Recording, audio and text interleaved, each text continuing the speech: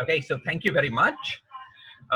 It's a great pleasure to be lecturing at this school, and I also feel a bit odd about it since this is a school on S matrices, and until about a year ago I knew more or less nothing beyond Peskin-Schroeder type knowledge about S matrices.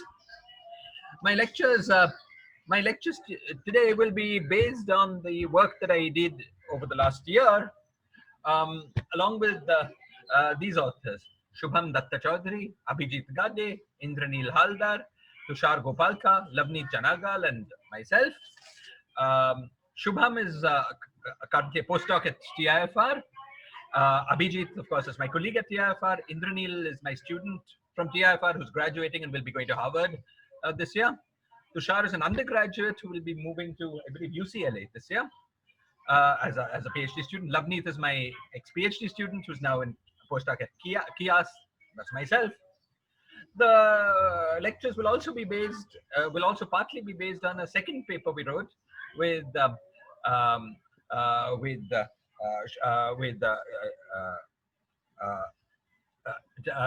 S. Chakrabarti, Shubham, Tushar Gopalka.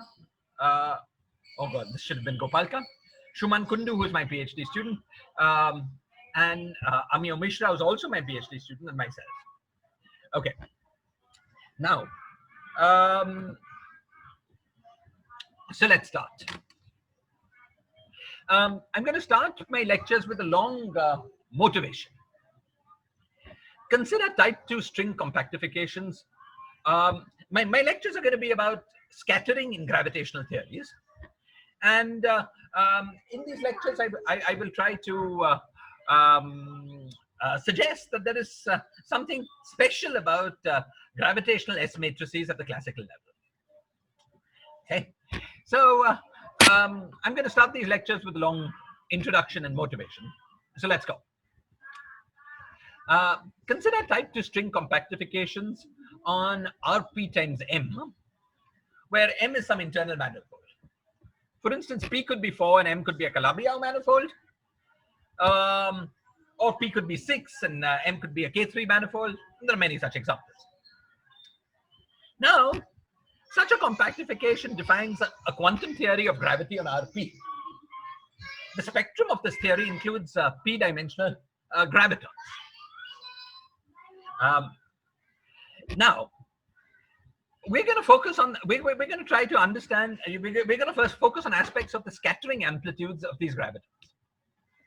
Okay? So consider the gravitons. The gravitons, as is always the case in string theory, associated with a set of vertex operators. Okay? So let the vertex operators of these gravitons be, the worldsheet vertex operators of these gravitons be schematically denoted by V of Z. And if we are interested in scattering n of these gravitons, what we do is insert n copies of these V's. So V1 of Z, V2 of Z, Vn of Z. And then we integrate these vertex operators over the Riemann surface under study. Now the Riemann surface under question is generally is labeled by some moduli fields. So let tau I schematically denote the values of these moduli fields.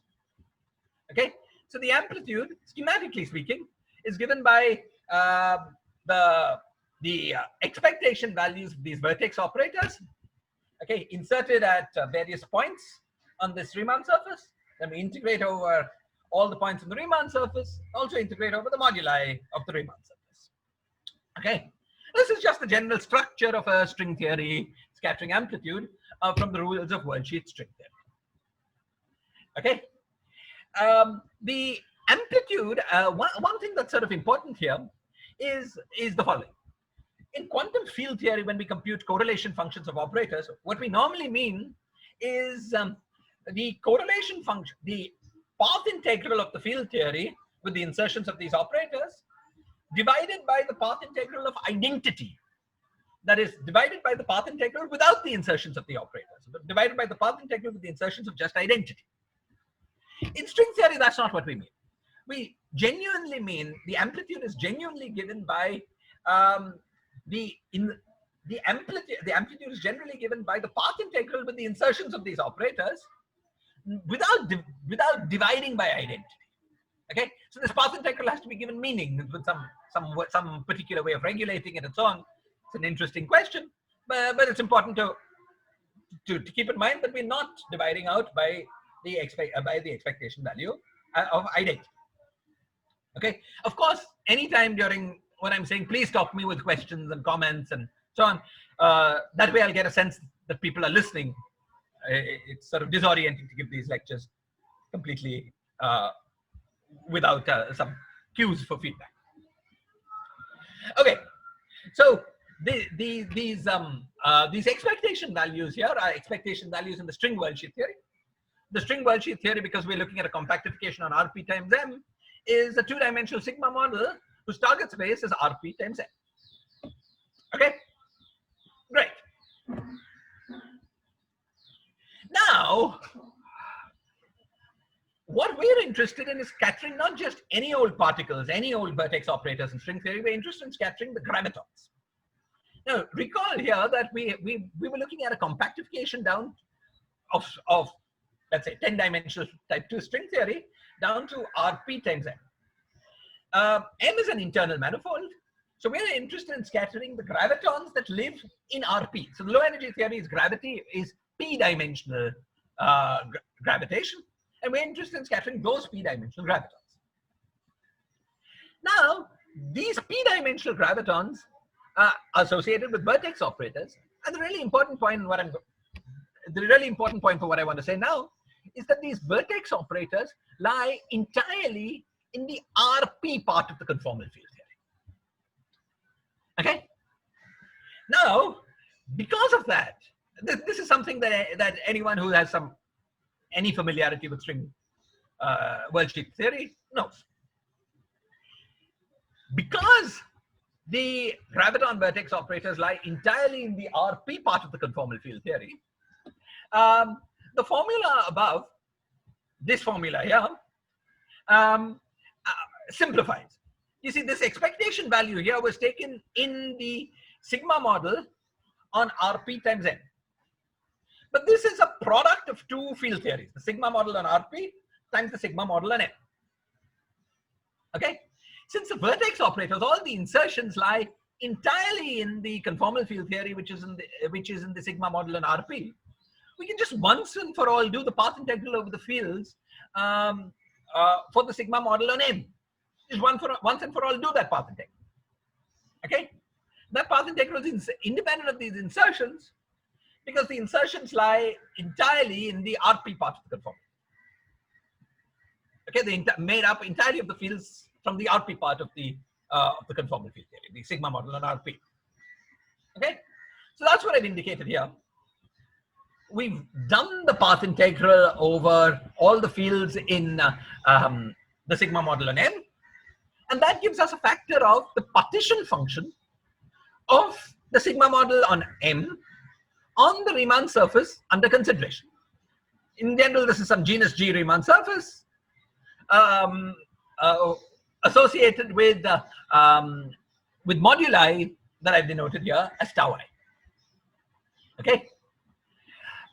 In addition to this, there remains the part that cares about these VI vertex operators that are denoted by the C tau I, where C tau I is a factor that's very similar to what we had here, except first we've got the integral only over Zi, the integral over tau. Oops, the integral over tau I is here, so this is just the integral over Zi.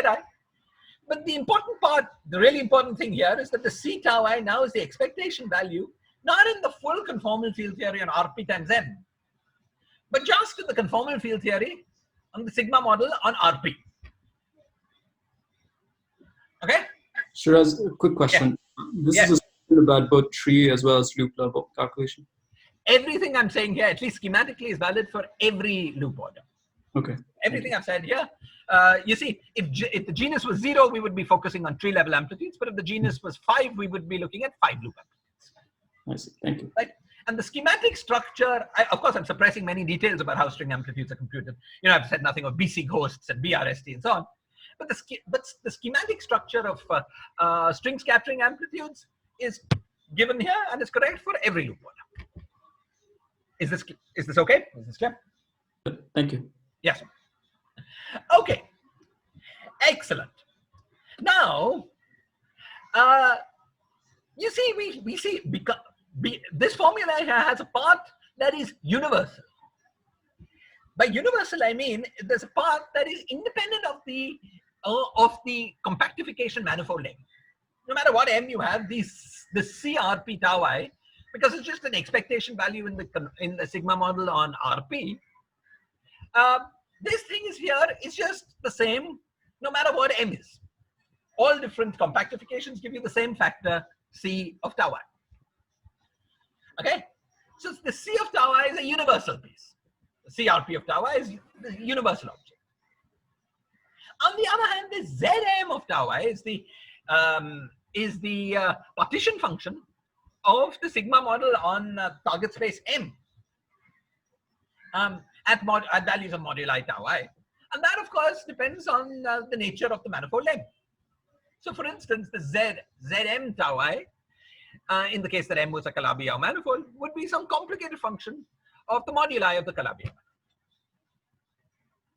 Okay, so the structure of graviton vertex operator, graviton scattering amplitudes, as computed by string worldsheet perturbation theory, is that you compute a factor that's universal, that's independent of M. You multiply it by a factor that cares about M, but you know this factor though it cares about M is independent of the details of the gravitons you're scattering. You know, it has nothing to do with these V operators. And then you multiply, then you integrate this product over the moduli of the Riemann sets. Is this clear? Sorry, Shiraz, but C explicitly depends on tau I, right? So Z depends on tau I, absolutely. C also C also explicitly depends on tau I. So this guy depends on tau I, but is independent of M.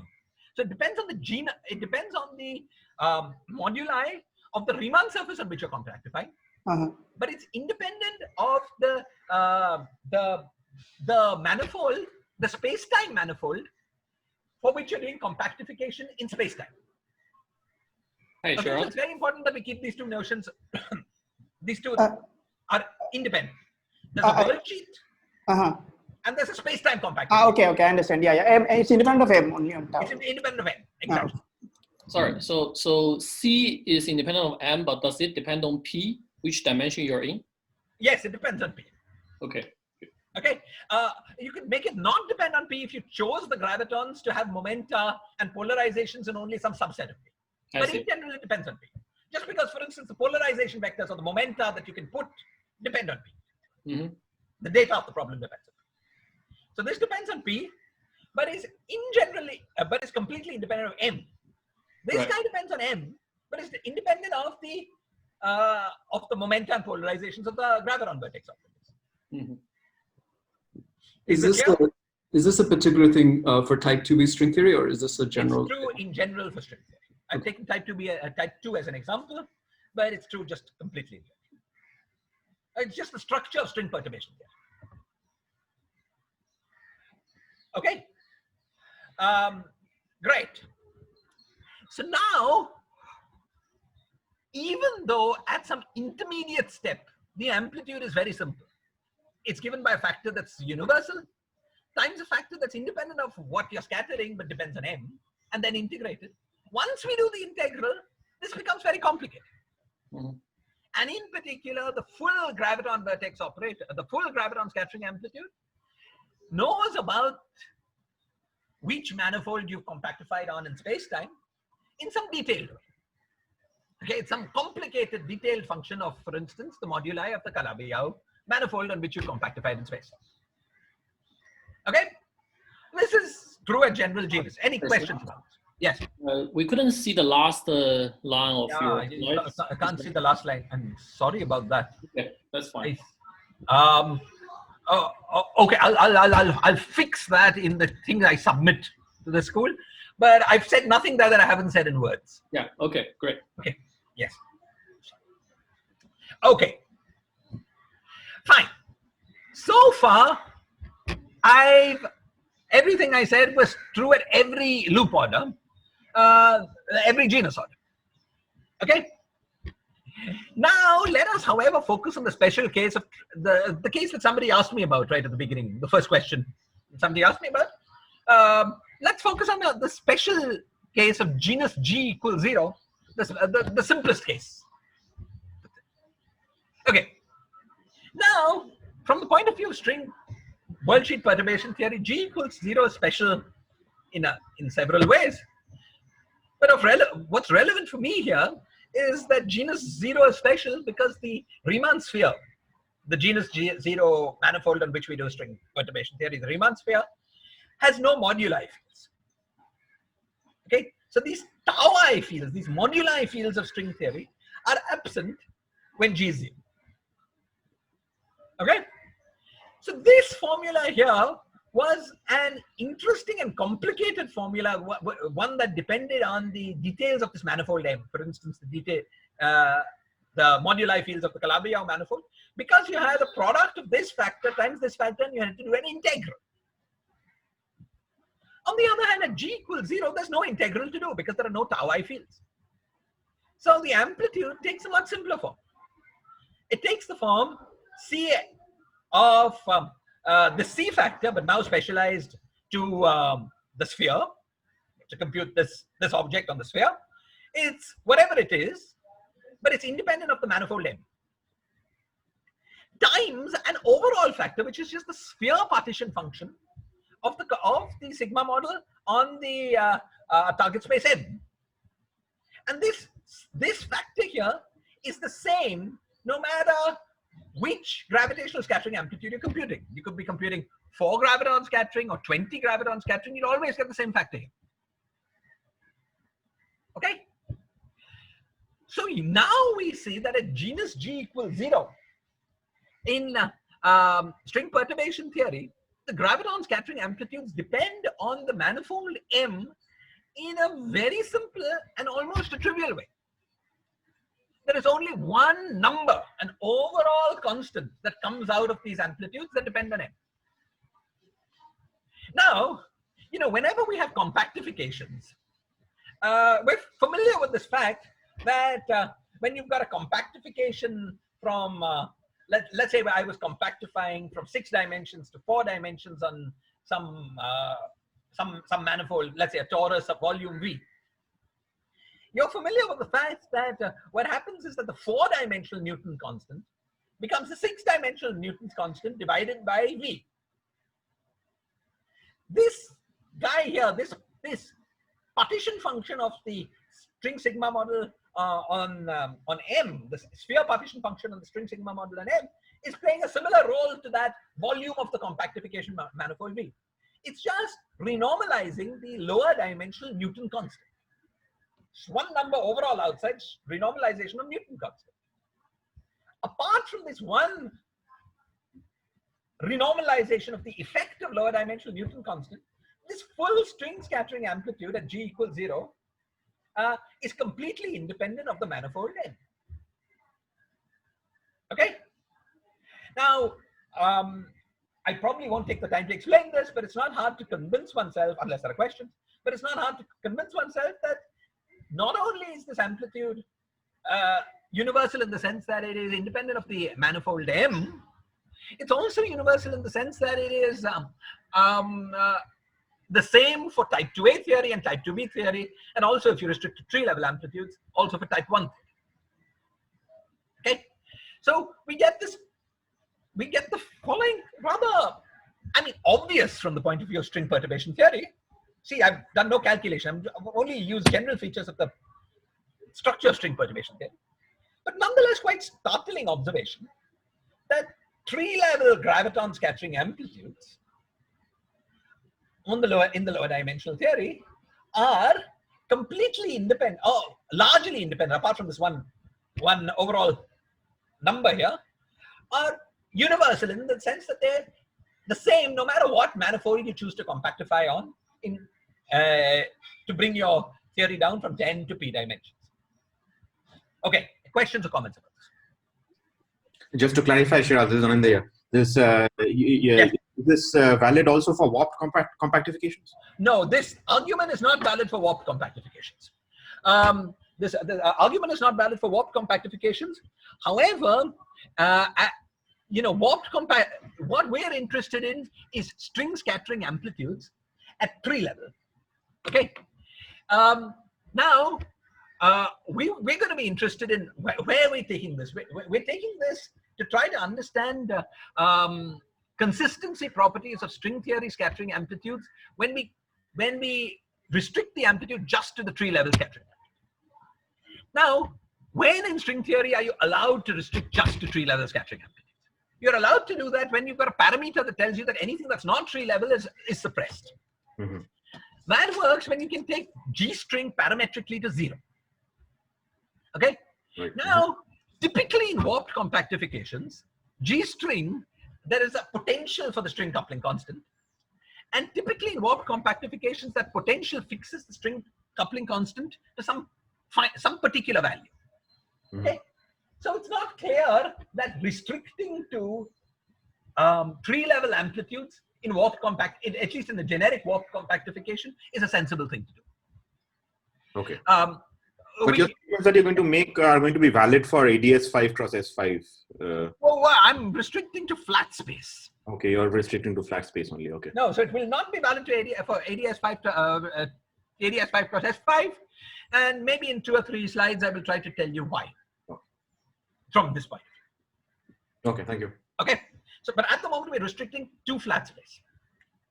Okay, and you might think it's artificial that something would work in flat space but not in ADS, but I will tell you why that's not so unreasonable. So, but wait.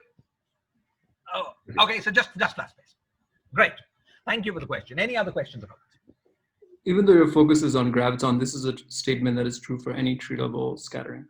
It's a statement that is true for any tree level scattering of a field whose vertex operator lies entirely in the RP part of the conformal field theory. I see.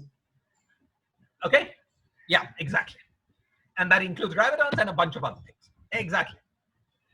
So, so fine. Now to understand what we have discovered from the space-time point of view, I'm going to lead you into a small aside. Consider a space-time theory with 2 kinds of fields. 2 kinds of, I call them degrees of freedom in the slide. Let's call them A-type and B-type degrees of freedom. Okay. Now, people who study supergravity and other things have this notion of consistent truncation. It's an interesting and very useful notion. And it's a very simple notion, so I'm going to introduce it. A theory with these A-type and B-type fields is said to admit a consistent truncation only to the A-type fields if the full action of the theory takes the following form. It's the sum of an action that depends only on the A-type fields plus an interaction action that depends on both A and B fields, but subject to the requirement that every term in this interaction action is quadratic or higher order in the B-type fields. Now, this you might think is a strange condition to put. Why? What is it good for? It's good for the following thing. Because the whole, if we take this action and compute the equations of motion with respect to B by varying this action with respect to BI variables, because this action was a quadratic or higher order in B's, when you vary with respect to B, the resultant variation always has at least one, is always linear or higher order in B's. So it always has at least one factor of B's. So that tells you that BI equals 0 is a solution to the B-type equations of motion. Okay? Moreover, the A equations of motion come entirely from varying this A part once you've said B equals 0. Because this thing is quadratic or higher order in B's. And so what we've discovered is that when an action has 2 kinds of fields, these AI type fields and BI type fields, that has the property that the action is a sum of A action for A type modes plus an interaction action which has A and B modes, but with the B modes being at least quadratic or higher order, with the action being at least quadratic or higher order in B type modes. In this situation, there are a special set of solutions to these equations of motion of the theory. The solutions are solutions in which all the BI modes have been set to 0, and the AI modes obey the equations of motion that come not from varying the whole complicated action, but the simpler action, just this S of A. Okay, So whenever this condition is met, the system is said to admit a consistent truncation down to bi equals 0. And within that consistent truncation, dynamics is governed for the A-type modes is governed just by the action S of A. Now, in most simple situations in which a theory admits a consistent, in many simple situations in which a theory admits a consistent truncation, well, not most, in many simple situations in which the theory admits a consistent truncation, the consistent truncation has its roots in a symmetry. Okay, so one setup in which you have these consistent truncations goes as follows. Suppose that the action of the whole theory is invariant under the action of a group G. Suppose A-type fields are G singlets, while Bi-type fields transform in some non-trivial representation of G. It follows sort of immediately from this that the action cannot depend linearly on Bi-type fields, because if it did, it would not be invariant under the action of G. So it has to depend on Bi-type fields in a quadratic or higher fashion, and that tells you that the action must take this form. In such a situation, it's always possible. It's always such a situation always therefore admits a consistent truncation. You can set all the fields that transform non-trivially under G to 0 and look at the action just for the singlet fields. Okay, so that's a paradigmatic example of these consistent truncations. Now, why have I talked about these consistent truncations? I've talked about these consistent truncations because suppose you did have the situation where you had a consistent truncation. Then if you were to compute S matrices of the AI type fields classically, that is at tree level, you see that you would never have contributions to the S matrix with BI type fields running in the poles. This is because BI type fields are always produced in pairs. Okay, and you'll see if you try to write down a diagram, because of this fact, you never have them running in poles. This is, of course, a priori obvious because tree level S matrices can be computed classically, and if you only put A-type fields on the outside legs of the S matrix, since classically in such a situation we can just set B equals 0 from the get-go, the B-type fields play no role in this S matrix at all. You can just find the S matrix starting with the action A. That's what a consistent truncation is good for. Notice that a consistent truncation is a purely classical item. Suppose we had A square, B square here, then B squared could B's even if we're computing 4A scattering, B's could clearly run in loops in this 4A process. You could have a diagram where we take 2 A's coming, form a loop of 2 B's, the 2 B's come and annihilate each other and produce 2 more A's. So loops, these guys clearly run. But classically, in a situation that admits consistent truncation, B's, you can just forget about them. Is this clear? Any questions or comments about consistent truncation? So, sorry, Shiraz. So for your case, these A degrees of freedom, the graviton components confined to RP and exactly. B's so are. In our case, what we are seeing now here is that in our situation, the world sheet argument is telling us that what we have is that the space-time theory admits a classical truncation. The classical truncation is to, now what are the A-type and the B-type fields? The A-type fields are all the fields whose vertex operators lie only in the RP part of the conformal field theory, and actually also obey some other symmetry constraints, which I've written here, but you don't need to worry about them very much. There are some additional ones as well. But I mean, roughly speaking, all the fields whose vertex operators lie in the RP part of the conformal field. And roughly speaking, the B-type fields are all the fields whose vertex operators don't lie completely in the RP part of the conformal field theory, but have some admixture from the M part of the conformal field theory. So the A-type fields include gravitons in particular, but have an infinite number of other fields. Okay. However, because it's all these fields all lie within the RP part of the conformal field theory, the universal, they know nothing about the manifold A. Okay, and string perturbation theory, the rules for string perturbation theory by telling us that these scattering amplitudes are completely, of these A-type fields are completely independent of the B-type fields, is effectively telling us that classical string theory in such a compactification, compactification down to RP times the manifold M, classical string theory admits a consistent truncation to the vertex operators that are formed purely out of the RP parts, and therefore admits a universal consistent truncation to a universal sector that knows nothing about the manifold M. Now, this is an entirely remarkable statement. You know, it's an obvious statement, right? We've not done a single calculation to get to this. It follows just generally from the structure of string perturbation theory, and yet it's an entirely remarkable statement because this universal sector here,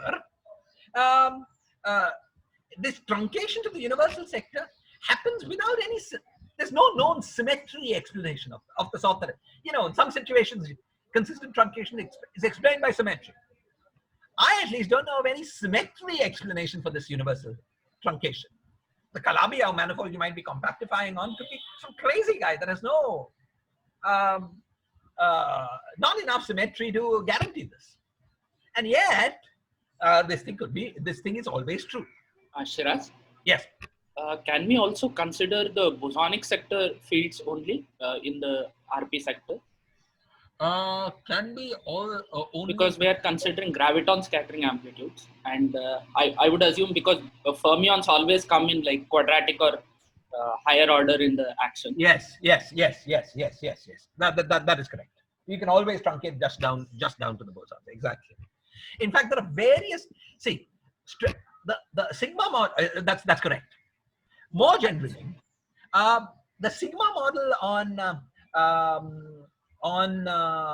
RP has several symmetries. Okay, now if you look at any symmetry under which the graviton vertex operators are uncharged, then the only fields that will appear in this universal sector are those fields that are all invariant under that same symmetry. Okay. What you just said is an example of that statement, and there are others. In fact, it's this kind of statement that ensures that type 2a and type 2b, that this universal sector is the same for type 2a and type 2b. Maybe I can say a word about this. You know, type 2a and type 2b differ by which operators we keep under the action of -1 to the power f left and -1 to the f right. Okay. But gravitons are uncharged under -1 to the f left and -1 to the f right. So though type 2b and type 2a, even in this RP part of the conformal field theory, keep different kinds of fields, the only fields that will run when you scatter are those that are uncharged under both, and therefore universally appear in both type 2a and type 2b. Okay, great.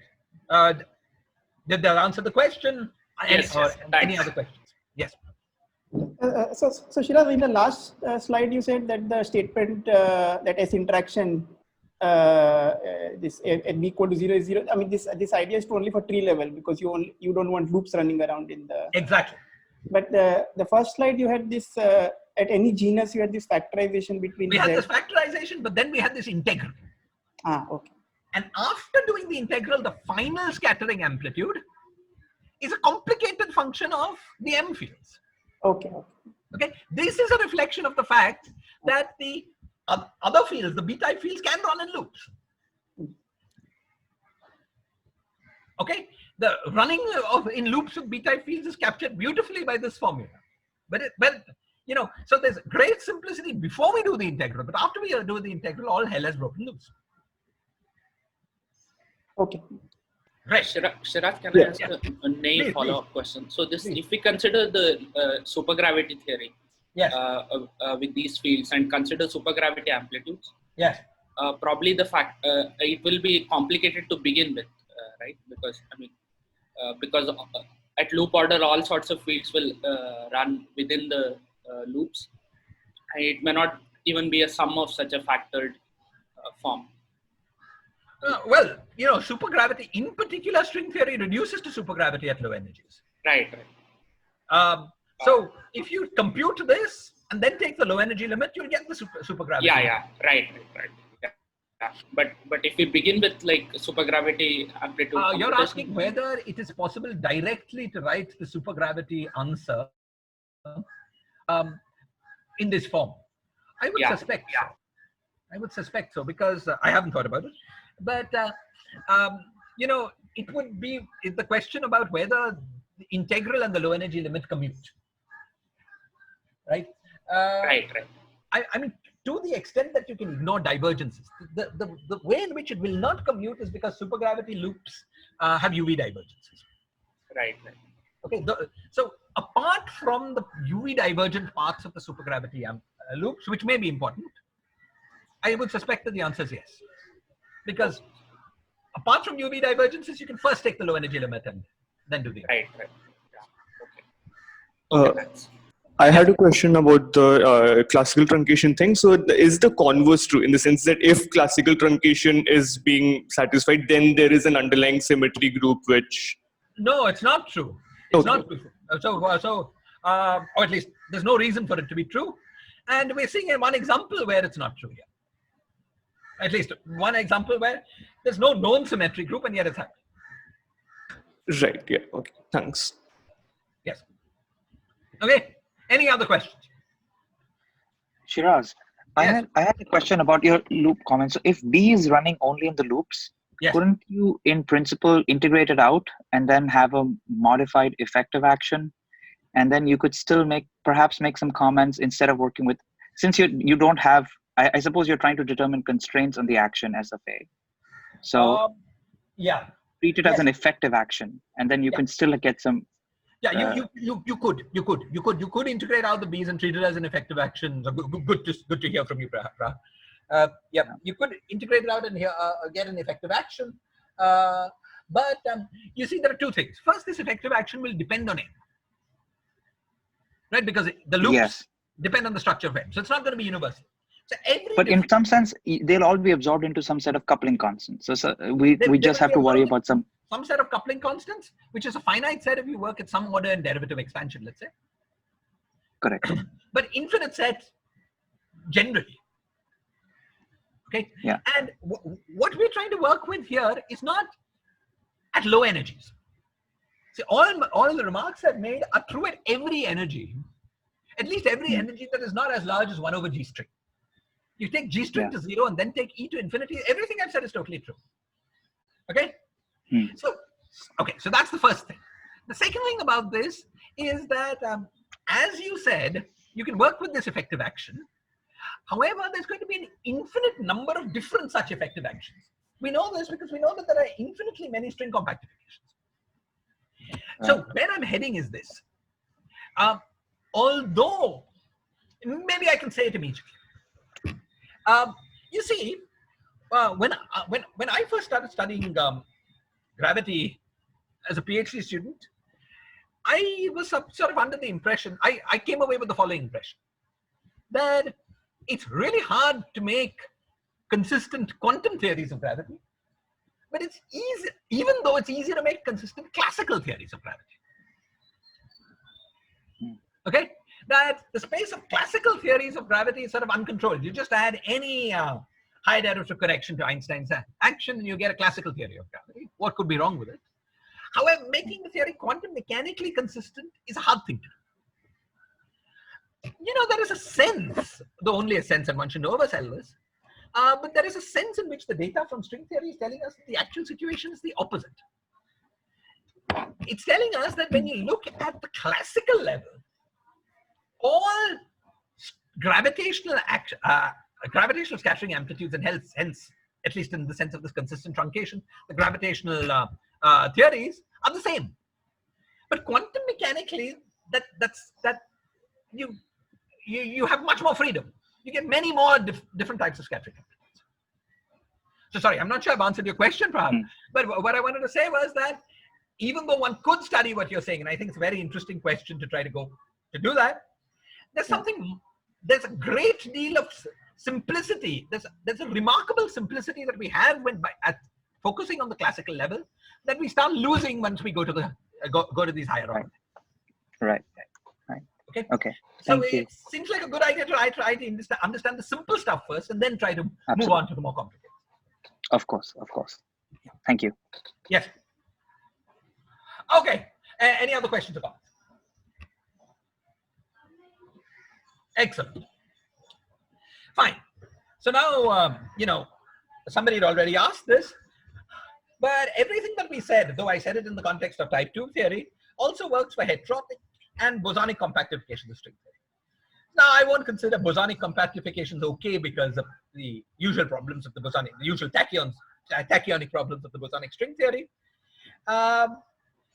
So we found there are two consistent S matrices that we know of. That is the type 2 S matrix and the heterotic S matrix. Finally, of course, there is another more elementary example of a classical S matrix, meaning an S matrix with only 3 level poles. And this is the Einstein S matrix. Okay, this is the Einstein S matrix in a wide variety of situations becomes parametrically exact in string theory, even if you haven't taken G string to 0, just by taking a low energy. Okay, so now let me say it more clearly. What have we just discovered? What we've sort of discovered, though it's obvious, and you know, people must have known this in some language for a long time. What we brought to the front of our heads is the following statement: that if you try to search within string theory for all the parametric limits in which string scattering amplitudes reliably reduce to tree-level scattering amplitudes, okay? In the search that we've done so far, at least, we've come up with only 3 examples. The first example is the universal type 2 S matrices of gravity. The second example is the universal heterotic S matrices of gravity. And the third example is the S matrix that comes from classical Einstein gravity. Okay? The parametric limits for the first 2 examples are taking G string to 0. The parametric limit, at least in a wide variety of situations, the third limit is taking energy to 0. In these parametric limits, we get we can reliably truncate the full S matrix to just 3-level S matrices. So these 3-level S matrices, since they come from string theory, should be good and nice and consistent, whatever that means. And in our search for good, consistent parametric truncations of string theory down to 3-level S matrices, we've come up with only these 3. Okay. There may be more if one can do something very clever involving warped compactifications, but at least, as far as I'm aware, nobody's produced a 4th example of a parametric limit of string theory that leads to a 3-level S matrix. Okay? So now these observations motivate the following set of bold, and some people might call them crazy, conjectures. The first conjecture is this: the classical Einstein S matrix, 3-level type 2 S matrix, and the 3-level heterotic S matrix constitute the exhaustive list of consistent 3-level S matrices of gravity. Restated, every consistent classical gravitational theory admits a consistent truncation to one of these 3 universal sectors. Okay, so in this conjecture, I have to explain some of the words. What does 3-level mean? Well, that you understand. 3-level means, at least for my purposes at the moment, 3-level means an amplitude, an S matrix that is a polynomial apart from poles, and the poles are of the sort that capture particle exchange. Now, what does consistent mean? That I'm not completely sure. The word consistent will probably get meaning as we go along with the study of this conjecture. It means a theory which obeys all the things that we want a classical theory to obey. And let's not get too dogmatic about it by trying to list them, because, you know, you often get these listings wrong. Somebody may come up with a new criterion that when that person says, you'd say, okay, yeah, it's good. Classical theory should admit this, should have this property. But in particular, it means that the theory is at least is causal, obeys causality, has a bounded energy, and maybe some other properties that somebody will enunciate. For instance, maybe unitarity upon semi-classical quantization. Okay. Now, this is a crazy sounding conjecture because it tells you that the problem of classifying allowed gravitational theories at the classical level has a very small closed set of solutions, 3 solutions: type 2 scattering amplitudes, heterotic scattering amplitudes, and Einstein's. Okay, and this conjecture may not be true. It's a conjecture based on rather limited evidence. Okay. Before we proceed, let me just do some attribution. Something like conjecture, Nima Arkani Ahmad has been saying things that sound very much like my conjecture 1 over the last 10 years. Okay, so if conjecture 1 turns out to be correct, or some version of it turns out to be correct, Nima deserves a lot of the credit for the conjecture. I also talked about this conjecture as a possibility in a strings meeting 2 years ago, and also this strings meeting. Okay, fine. Now, as we've said, this conjecture 1, which I want to emphasize, it was extremely exciting, because it tells us that at least the study of classical gravity is it would be the statement that somehow the low energy constraints completely allow you to classify all allowed classical theories of gravity, giving a very small number. Okay, and that small number is either Einstein gravity or string theory. It would sort of be the statement about the inevitability of string theory from low energy constraints, at least at the classical level. Okay, so conjecture 1 is like a remarkable conjecture, and I think very exciting. And because it's so exciting, maybe it's not true, but it deserves, in my opinion, a lot of study. However, one thing that the conjecture 1 will only play a motivational role in my talks, in my lectures. What will play more than a motivational role in my lectures is the following things that are implied by conjecture 1. So let's look first at conjecture 2. See, conjecture 1 lists 3 possible consistent gravitational S matrices. One of them is the Einstein S matrix, and its poles, it has only poles corresponding to the exchange of spin 2 particles. The other 2 are the type 2 and the heterotic S matrices, which have poles corresponding to the exchange of particles of all spin. So, if conjecture 1 is true, then it follows that conjecture 2 is true, and conjecture 2 is the statement that the only tree-level gravitational S matrix with poles of bounded spin, poles of spin less than 3000, let's say, is the Einstein S matrix. And of course, if conjecture 2 is true, it follows also that conjecture 3 is true. And conjecture 3 is the statement that the only consistent tree-level gravitational S matrix with only gravitational poles is the Einstein S matrix. Okay. So this is a sort of hierarchy of Russian dolls of conjectures. 1 implies 2 implies 3, but the reverse implications don't hold. In these lectures, I will attempt to say something more about the conjectures 3 and 2. And as I said, conjecture 1 will play sort of no role beyond motivation in my lectures, though I find it a very exciting thing, and that's why I've spent so much time describing it in these lectures. Okay, any questions or comments?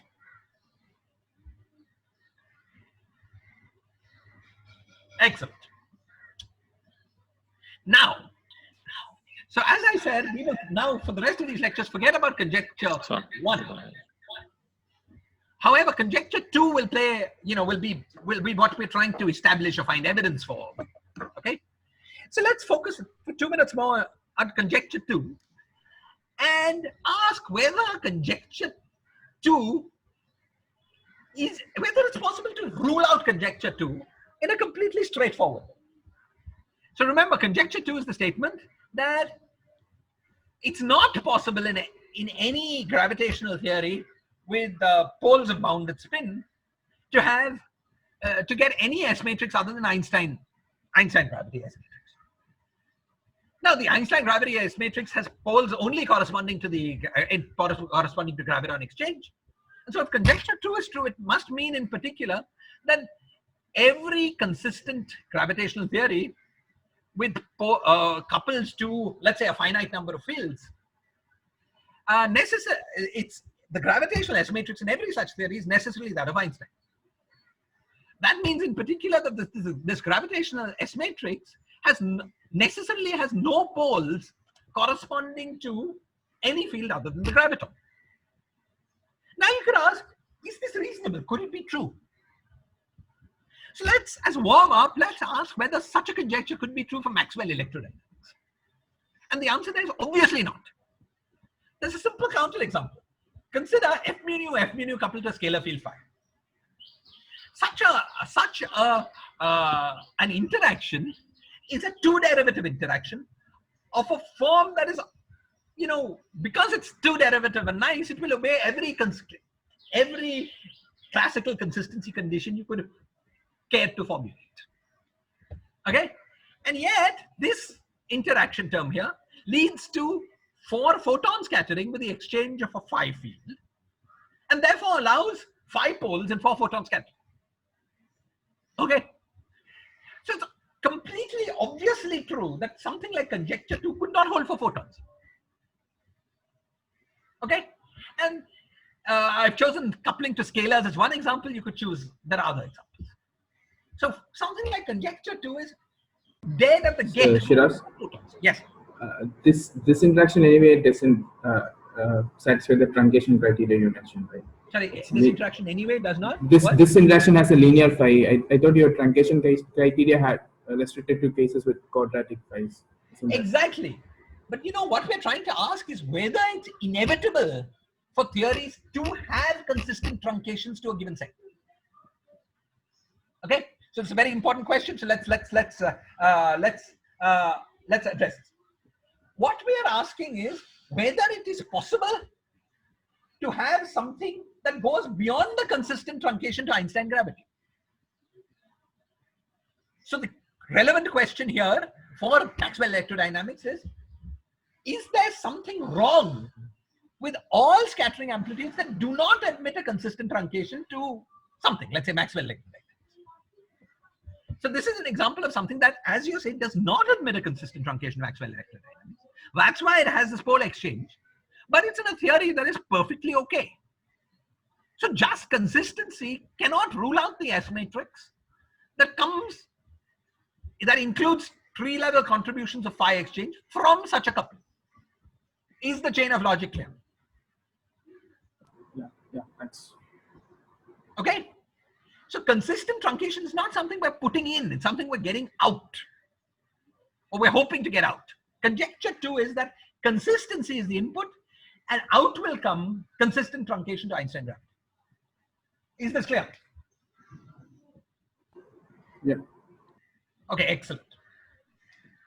Okay, so what we've just seen is that something like conjecture 2 just could not be true for photons.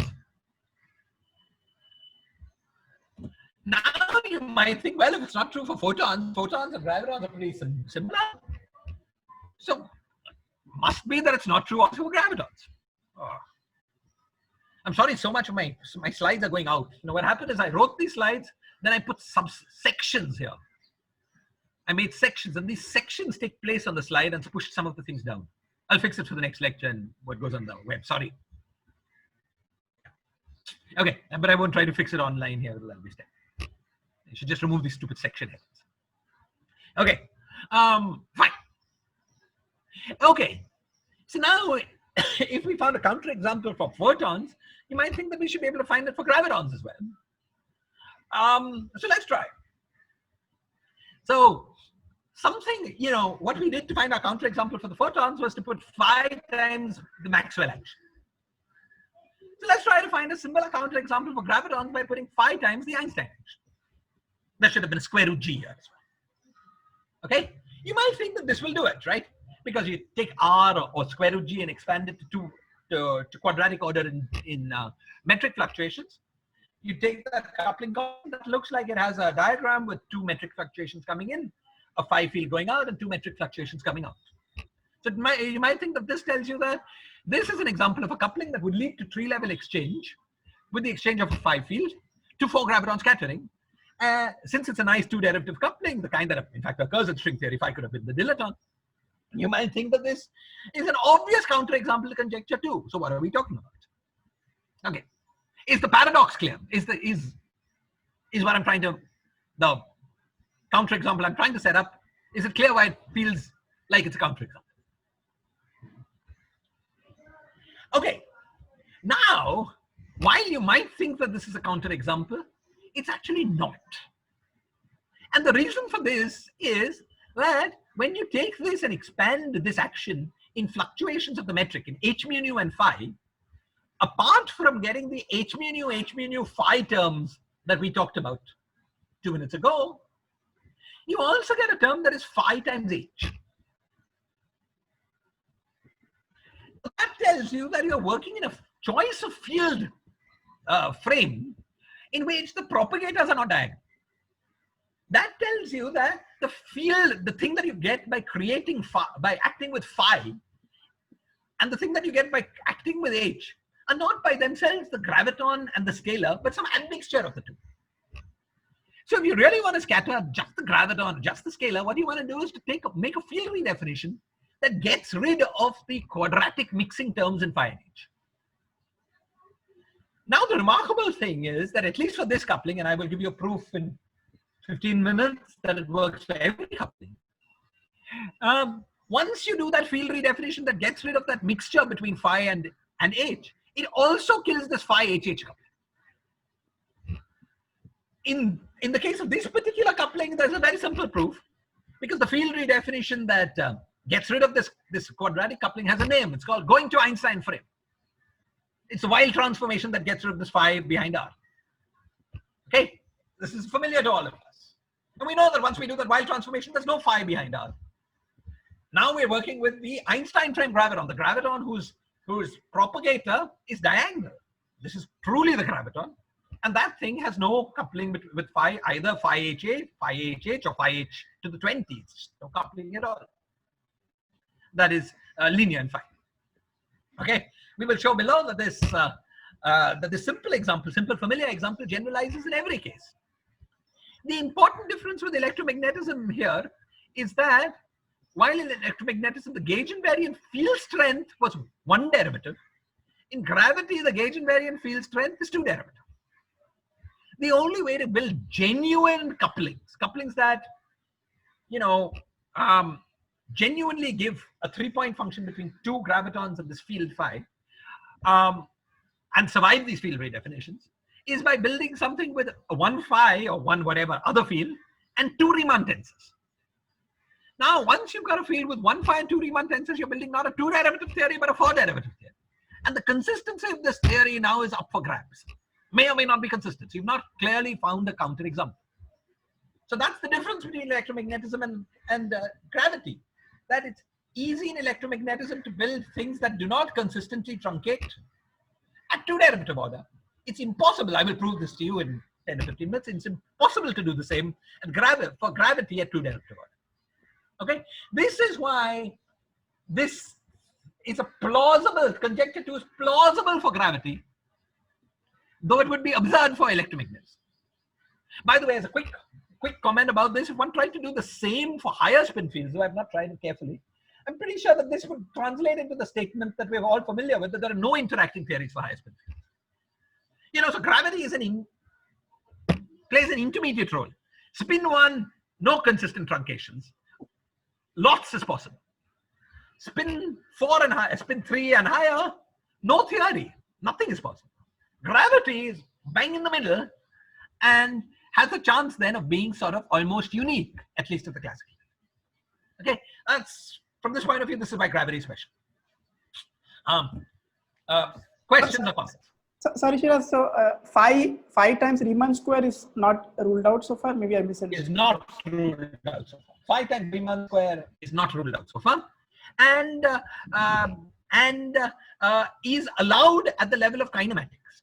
Much of the point of these lectures will be to use more detailed physics to rule out such couples. Okay. At the Can I ask you a moment, little? it's about kinematics. Sorry, just before you start your question, let me just make sure that the chain of logic was clear. The chain of logic was that 2-derivative theories are more or less guaranteed to obey any consistency condition you might have in mind for your classical theory. So if you find a counterexample at 2-derivative order, you're sunk. If you find some non-consistent truncation at more than 2-derivative order, that may or may not obey the consistency conditions that you have in mind. And we will try to argue that all such couplings do not obey those consistency conditions, but we'll need to do much more work. Those are more intricate and more elaborate consistency conditions. Okay, but it couldn't have worked in two derivative order because two derivative theory is always good. So as a first sanity check, we just checked that there are no two derivative counterexamples to conjecture 2. What happens at 4 and higher order derivatives? We've said nothing so far. Alok, is that clear? Yeah, thanks. Okay, there was another question. Yes, I was wondering if phi square R is a coupling which I thought would contribute to 6 graviton at 311. Well, actually, in the example of phi squared R, you can also once again do the field redefinition. Just going to Einstein's field. Okay. More generally, anything that is not linear never contributes because of consistent truncation. You see, suppose you try to compute scattering of, let's say, 2 gravitons, and then it produces 2 phis. Because if the coupling was only phi squared R, now the next time that phi interacts, it has to produce another phi because there's phi squared every vertex. So you'll never be able to, from such tree diagrams, get a final state that has only gravitons. Okay, the dangerous things are things that are linear in phis. Hi, Shiraz. I have just one more question. Please, so once you include fields like phi, for example, yes, then Riemann and Weil are not the same. So you will have to rule out is it phi times Riemann square and phi times Weil square separately, or like one follows? Yeah, we will give you. You will see. I'll give you a full classification of all such amplitudes. Okay. You'll see. Yeah, we will just rule them all. Okay. Now I'm going to give you one last bit of evidence for conjecture 2. One last bit of last sanity check about conjecture 2, and then I will get into the more technical parts of this lecture. Okay. So that we finally end this long introduction. Okay. And the last bit of the last sort of sanity check for conjecture 2 is the following. Okay. My conjecture 2 is the statement that all gravitational scattering amplitudes with only a finite number of poles, or perhaps with even an infinite number of poles, but poles of bounded spin, are necessarily the Einstein that are consistent, that don't violate something that we want the theory to have, are necessarily the scattering amplitudes of Einstein gravity. Okay. Now, this conjectures for all point scattering amplitudes. Now, the simplest gravitational scattering amplitude is 3 graviton scattering. It's so simple that it's almost not a scattering amplitude. Right? It's very, very, very constrained. Constrained kinematically as well as index structure. Okay.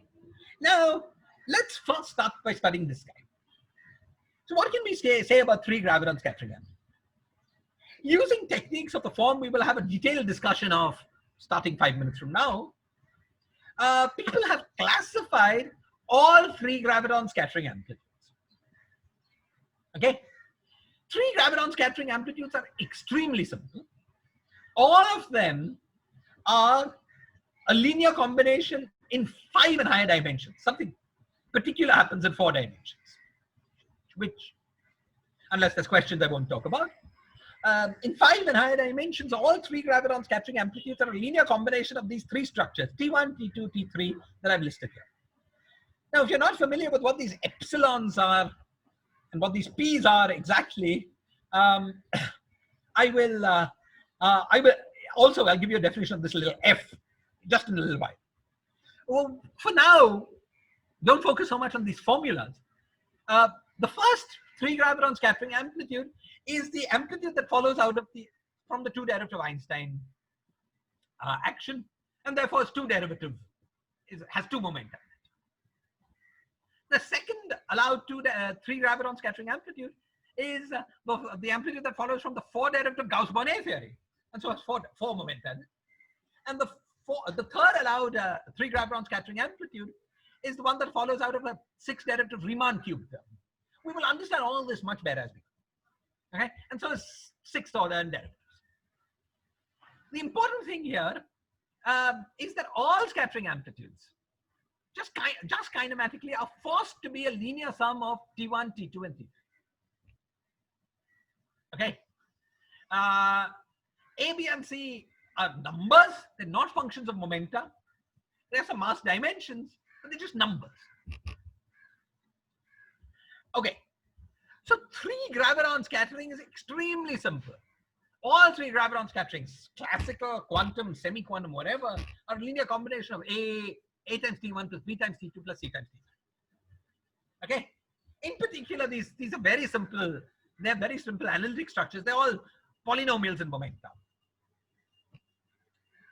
Now, in a famous paper written about 6 years ago, Camino, Edelstein, Maldacen, and Zhibodev demonstrated, or maybe some people would say argued, that any theory in which B and C are not equal to 0 is acausal unless the theory also has contributions from pole exchanges from an infinite number, from fields of arbitrarily high spin. So let me give you a minute about that. Though these guys were constraining 3-point functions, in order to constrain 3-point functions, what they looked at was 4 graviton scattering amplitudes.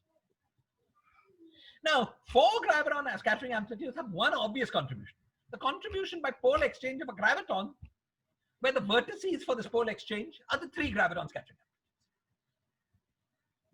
What these guys realized, what Maldacen, Camino, Edelstein, Maldacen, and Zhibodev realized, or at least argued, was that these 4 graviton scattering amplitudes, that this contribution to the 4 graviton scattering amplitudes, the contribution coming from the pole exchange of a graviton, violated causality. And violated causality in a way, this contribution by itself violated causality. And it violated causality in a way that could not be fixed by additional corrections unless those additional corrections included, could not be fixed by additional corrections if those additional corrections were corrections in, which corresponded to the exchange of particles of bounded spin. Therefore, in any theory in which the spectrum of spins is bounded, there's a maximum spin in the theory. Any theory in which 3 graviton scattering amplitudes have a non-zero B or a C, all such theories, these guys argued, was necessarily acausal. Okay. Now, some people challenge this argument, and there have been many objections to it. Yet, to me, the argument seems correct. There's been an independent field theory derivation of this argument in ADS space. It just looks correct to me, and we will revisit this as we go along. So what have we concluded? What we've concluded is that Camino, Edelstein, Maldacen, and Zhibodev have already demonstrated that conjecture 2 is correct at the level of 3 graviton scattering amplitudes. So this is extremely encouraging. It suggests that there's something true about conjecture 2, and then perhaps also about conjecture 1. However, if you're skeptical, you might say, well, 3 graviton scattering is almost like no scattering at all. Because as you have already just told us, 3 graviton scattering amplitudes just depend on 3 numbers. And the constraint that you got from causality is just that in the 3-dimensional vector space, you're restricted to a 1-dimensional submanifold. You've got a conjecture that you're living on some codimension 2 slice of a 3-dimensional space. That's great, but it's not very much evidence. On the other hand, 4 graviton scattering will be functions of S and T. And to say that 4 graviton scattering is necessarily, and everything I say, of course, gets even more complicated, higher graviton scattering. To say that scattering amplitude is necessarily a function only a given function of S and T is a much higher constraint. It tells you that out of an infinite number of possibilities, infinite number of possible functions of S and T, only one is allowed. So there's a qualitative jump in complexity from 3 to 4. So you might be skeptical and think, okay, maybe something special happens for 3 graviton scattering amplitudes because 3 gravitons are special. But the speciality is not shared by higher graviton scattering. That's the worry. Okay. That was a quick question. Sorry. Yes. So according to Camano, and Maldacena, Edelsing. So the argument is that the Einstein gravity is the only consistent gravity, and because B and C has to be 0 because it's acausal, right? Because it's acausal in a theory with a bounded number of spins. Yes. And so, like, in order to fix that, you need massive higher spin particles of arbitrarily high spin. Arbitrary high spin. Okay, so we know, like, through like BCFW recursion relation and so on, that you can construct higher point graviton amplitudes through 3 points. So is that not a sufficient or a compelling argument to say that if you can fix a 3-point graviton amplitude, then that should persist for higher order? Yes. Now you could ask the following. Suppose I just took Einstein gravity and I added a Riemann to the 4 term to its action. Okay? Mm-hmm. This does not change the 3-point scattering amplitude of the gravitons because it's Riemann to the 4, and Riemann starts out at order h. So in effect, but it does change the 4-point scattering amplitude. Mm. So clearly, it's not true in general without making some physical assumption that 3-point amplitudes fix 4-point amplitudes. Now, BCFW works provided you make some assumption about how amplitudes fall off at infinity. Okay? And that's the kind of assumption that, if you make, could rule out such terms. Mm. But then the question will be, where does that assumption come from? Mm-hmm. Is this clear? Yeah. See, yeah. you just see in front of your eyes that I've given you an example of something. You give me a 3-point scattering amplitude, something, your favorite amplitude, I change the Lagrangian by some Riemann to the 4 term, not affect 3-point, but will affect 4-point.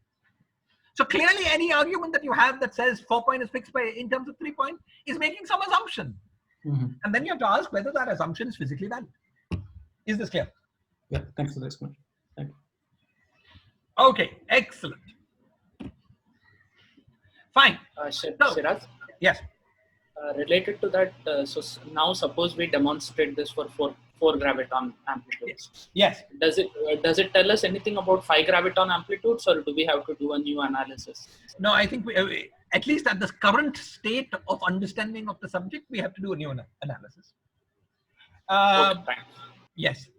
However, hopefully, once we understand it well, we'll be able to do some inductive argument.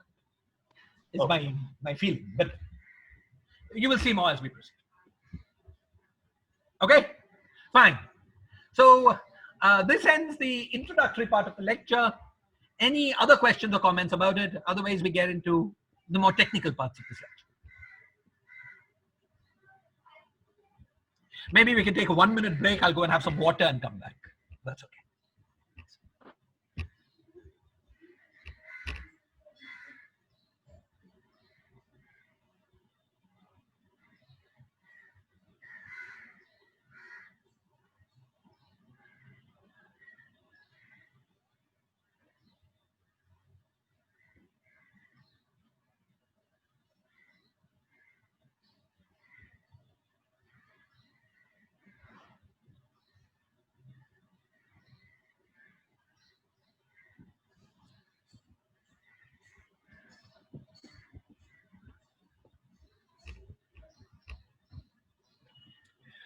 Okay, guys. Any questions, or shall I proceed? Great. So now what we want to do is to get, so motivated by the final remarks of the introduction section, in this lecture, what we're going to do is to study 4 graviton scattering amplitudes. And we're going to try to see whether we can make an argument that conjecture 2 is valid for these 4 graviton scattering amplitudes. That's the plan. Now, over the next couple of hours in these lectures, we will dive into various technicalities. And while we're diving into these technicalities, you know, the broad outline might become fuzzy. So keep in mind why we're doing all this. We're trying to understand if we can establish the uniqueness of gravitational scattering. Along the way, we'll encounter many cute and nice technical things. Okay, so now we're interested in 4 graviton scattering amplitudes. let's make the problem more precise. We're interested in 4 gravitons capturing amplitudes in local classical theories. What do we mean by that? What we mean is a theory whose Lagrangian has a, let's say, to start with a finite number of fields. And later we can try to generalize this to infinite fields but a bounded state. But let's to start with, say, a theory with a finite number of fields. And the Lagrangian has a finite number of derivatives. In any such a situation, the 4 gravitons capturing amplitude will be a bunch of poles. We'll have a bunch of poles in Momenta, the poles corresponding to the exchange of particles. And added to that bunch of poles will be some polynomials. These things are the remaining parts, the polynomials come from schematically from contact diagrams. And they're polynomials because we've assumed that the Lagrangian in the theory has a finite number of derivatives. Okay, we've not made any assumption about the degree of the polynomial. So that polynomial could be of order 1 billion, but it's going to be just polynomials. Okay, so these are the S matrices we're going to study in these. These are the kinds of S matrices we're going to study in these lectures. S matrices that are bunches of poles plus polynomials in Momenta. Okay. Now let us first. Actually, it turns out that the pole part is the simpler part of this problem. So what I want to do, okay, so my plan is the following. I'm going to now try to imitate the CEMZ analysis, but now for 4 gravitons capturing. So CEMZ did 2 things. First, they wrote down the most general kinematically allowed 3-point functions. That, of course, they did by relying on previous work, and it's like on page 1 of their paper. I mean, maybe not literally, but page 1 of their thinking, surely. And then they use some physics to constrain the parameters that appear in this parametrization. So what we're going to try to do is to imitate that analysis by first parametrizing, giving a complete classification, complete and explicit classification of all S matrices subject to these conditions, that they come from Lagrangians with a finite number of fields and finite number of derivatives.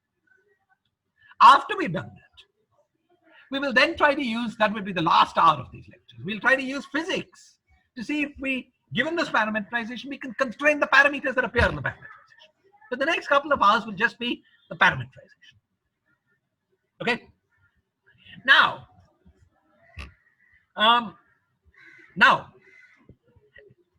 these scattering amplitudes have pole parts and polynomials. The pole parts are actually rather simple. Okay.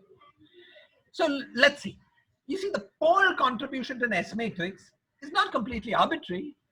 It corresponds to the exchange of some particle. Okay. So let us, in these lectures, I will focus on the exchange of massive particles. Actually, the case of other massless particles has not been carefully worked out because of possible gauge invariances that these particles have. That's actually something that's left to be done. Though I don't doubt it will follow the same structure then. So anyway, these lectures I will consider the exchange of massless additional massless massive particles. Okay, and I'm going to completely classify all such pole contributions. So now let's see, every pole contribution corresponds to some massive particle. Can we classify all massive particles? Well, that's very easy because we know that massive particles are in one-to-one correspondence with unitary representations of SOD minus 1. Little group analysis tells us that. Right? You go to the rest frame of the particle, and then the particle internal degrees of freedom are in some representation of SOD minus 1. We call it a particle if that representation is irreducible. So particles are in one-to-one correspondence with irreducible unitary representations of SOD minus 1. Since we know everything about SOD minus 1, the classifications of the particles that can run is clear. Now, what about the pole contributions corresponding to the running of these particles? The great thing about these pole contributions is that they're very simple. This is because the pole contributions are built by sewing the 3-point functions. You got 2 gravitons going to this particle. You take a three-point function, a three-particle scattering matrix, G particle S matrix element at one end, a G particle S matrix element at the other end, put the propagator of the particle in the middle, sew them up, and that gives you the pole contribution, allowed pole contributions to S matrix. Is this clear? So in order to complete the classification of pole contributions to S matrices, what we need to do is to completely classify G particle type three particle S matrices. Okay, this is a problem of the sort that whose answer we discussed for gravitons, but we're going to do it more generally. Not G, but G particle. Okay, and we're going to take the particle to be massive. So in the next 10 minutes, I'm going to show you how you can do this classification. It's a very simple problem, but even this simple problem had not completely been listed in the literature. It's been completely listed in 4 dimensions. But in general dimensions, at least as far as we could find, it's not completely listed in the literature, so we had to do this exercise. It's very simple, as I will show you. Oh God, I wish I will fix this thing going out of lines. Sorry. Okay. Maybe. Yeah. Yeah. Okay. Let me not try it. Fine. So we now what we're trying to do is to classify all G particle 3-point scattering amplitudes. So let's see how that can be done. Consider the scattering of 2 gravitons and a massive particle in a representation R of the little group SOD-1. Okay. Now we're doing the scattering problem with 3 particles, and these 3 particles are 3 momenta: K1, K2, and K3. K1 and K2 are the momenta of the 2 gravitons, and K3 is the momentum of this additional particle. Because of momentum conservation, K1, K2, and K3 are not all independent. There's a K1 plus K2 plus K3 is equal to 0. So there are 2 independent momenta in the game. And these 2 independent momenta can be thought of as a basis of a subspace, a 2-dimensional time-like subspace of R d-1, 1 of d-dimensional Minkowski space. Okay. Any vector that's A times K1 plus B times K2 lies within the subspace. Okay, so we've got this d-dimensional Minkowski space and a 2-dimensional plane sitting inside this d-dimensional Minkowski space. This 2-dimensional plane, I'm going to call the scattering 2 plane. And so we've got this Minkowski space divided up into the scattering 2 plane and the orthogonal complement of the scattering 2 plane. The 2-dimensional plane is time-like. It's like an R1, 1. The orthogonal complement is space-like. It's an R d-2. You can see the 2-dimensional plane is time-like because the momentum of the massive particle lies within this plane, and that's a time-like thing. Okay. Now, what we want to do is to study the polarizations of the gravitons and decompose these polarizations into a part that is in this 2-dimensional scattering plane and orthogonal to the 2-dimensional scattering plane. All right. So let epsilon1 be the polarization of the graviton with the momentum K1. Now, by the Lorentz gauge condition, I will describe this in a little more detail as we go on. But by the Lorentz gauge condition, the epsilon1, the polarization of the graviton, is orthogonal to K1. Okay, this implies that epsilon1 is a part that is orthogonal to the scattering 2 plane, because anything that's orthogonal to the scattering 2 plane is orthogonal to both K1 and K2, and therefore is orthogonal to K1. Okay, plus something that is proportional to K1. Why? How do we get this? You see, this is one condition on a d-dimensional vector. This one condition on a d-dimensional vector is parametrized by d-1 free variables. Epsilon1 perpendicular has d-2 free variables. So in this scattering 2 plane, there has to be a one-dimensional subspace that is consistent with this. And that one-dimensional subspace is very simple. It's given by anything proportional to K1 itself, because K1 square is 0. Okay? So this is the most general form of the polarization vector of the graviton that is consistent with K1 dot epsilon 1 is equal to 0. You take something orthogonal to the scattering tube plane and something in the K1 direction. But as you already know, and as we will review more systematically as we go along, shifting a graviton polarization by something proportional to K1 is a pure gauge operation. And scattering amplitudes are invariant on a gauge transformations. Therefore, as far as gauge invariant amplitudes go, we can just take epsilon 1 to be purely orthogonal to the scattering tube plane. Similarly for epsilon 2. Okay? So it follows that graviton polarization states are labeled by traceless symmetric tensors of SOD minus 2.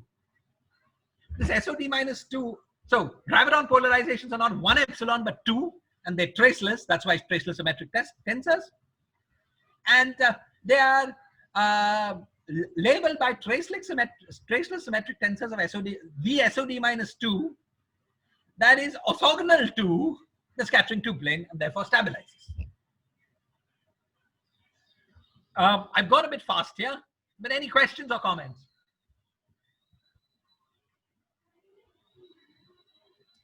Okay. Now, this is the parametrization of the polarization of the gravitons. Okay, they're labeled by SOD minus 2 traceless symmetric tensors. On the other hand, if we take the massive particle, that object is classified by its little group analysis, classified by a representation. Its polarization lies in a representation of SOD minus 1. What is this SOD minus 1? SOD minus 1 is the SOD minus 1 that stabilizes the momentum of the massive particle. But the momentum of the massive particle is K1 is proportional to K1 plus K2. It's minus of K1 plus K2. So polarizations of the massive particle are labeled by representations of SOD minus 1, the SOD minus 1 that stabilizes K1 plus K2. Now, an S matrix is some combination of these three polarization vectors plus momenta that is Lorentz invariant. Is this clear? Now, what is the full set of Lorentz invariants we can build out of this data? We've got a tensor of SOD minus 1, where this SOD minus 1 is the SOD minus 1 that stabilizes K1 plus K2. We've got some representation of SOD minus 1, where this SOD minus 1 is the SOD minus 1 that stabilizes K1 plus K2. And then we've got two symmetric traceless tensors of SOD minus 2, where the SOD minus 2 is the SOD minus 2 that stabilizes the scattering tube plane. What we have in our hands, is these three tensors, and we have the additional vector K1 minus K2. You see, in general, we have two vectors, K1 and K2, which we can make a basis of these two vectors, K1 plus K2 and K1 minus K2. But K1 plus K2 is orthogonal to every polarization vector in the game. It's orthogonal to the graviton polarization vectors because they're independently orthogonal to K1 and K2. And it's orthogonal to the massive polarizations because that by definition is orthogonal to K1 plus K2. So the only non-trivial vector that remains, also K1 plus K2, dotted with any other K1, any other momentum, is 0 because all our three particles are massless. So this answer now, the Lorentz invariants we have to be built out of these SOD minus 2 representations, the symmetric traceless tensors, and this SOD minus 1 representation and K1 minus K2. Now K1 minus K2 can be used to dot with indices of the SOD minus 1 representation and to break it up into a finite sum of SOD minus 2 representations. Okay, so we can use what group theorists like to call the branching rules to take a single SOD minus 1 representation and ask what set of SOD minus 2 representations that corresponds to. This is the SOD minus 2 orthogonal to K1 minus K2. Okay. Branching rules of SOD minus of SOD are very well known. You can look them up in a mathematics book, or you can work it out. So given any SOD minus 1 representation, that breaks up into a bunch of different SOD minus 2 representations by dotting with K1 minus K2. Once you've done this, the role of K1 minus K2 is over in the game.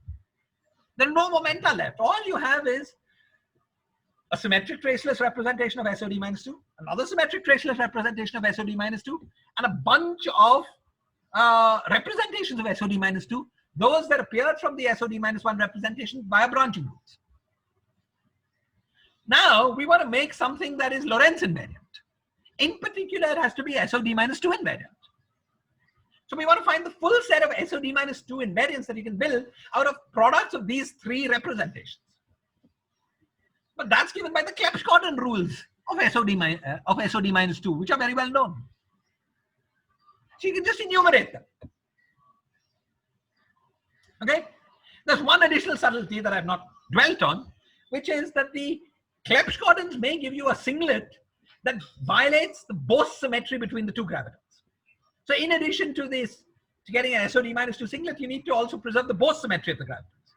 Okay, so what you want to do is to enumerate all possible Bose symmetric SOD minus 2 singlets formed from the product of two gravitons of this particle. This is an easy thing to do if you're, using a little group theory, and one can just do it. So this, I've listed it here. In order to enumerate all possible GGP couplings, three couplings, what we want to do is to enumerate all possible SOD minus 2 singlets in the product of two SOD minus 2 traceless symmetric tensors, and one copy of any of the SOD minus 2 representations that descend using branching rules from the SOD minus 1 representation that labels the massive particle P. Then after doing this, you retain only those singlets that respect the Bose symmetry of the gravitons. This exercise is not difficult to undertake. And in one of the papers that I listed at the beginning of this talk, we've undertaken this exercise and given detailed tables. The specific form of the answer changes in every dimension. There are parity even couplings, parity odd couplings. Anyway, this is a simple group theory exercise you can just undertake and completely list. Okay, so for instance, for D greater than equal to 8, I've given you a listing here, and it's going out of that. It's really irritating. Okay. Yeah, okay. For D greater than equal to 8, I've given you a certain listing here. Actually, give me a minute. Let me just delete these sections. Just hang on for 1 minute, please. Yeah. So now everything's visible. Okay. So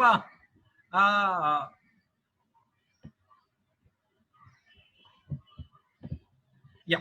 So for instance, for D greater than equal to 8, there is once you've counted these S matrices, you can explicitly construct them and also explicitly construct Lagrangians from which they follow.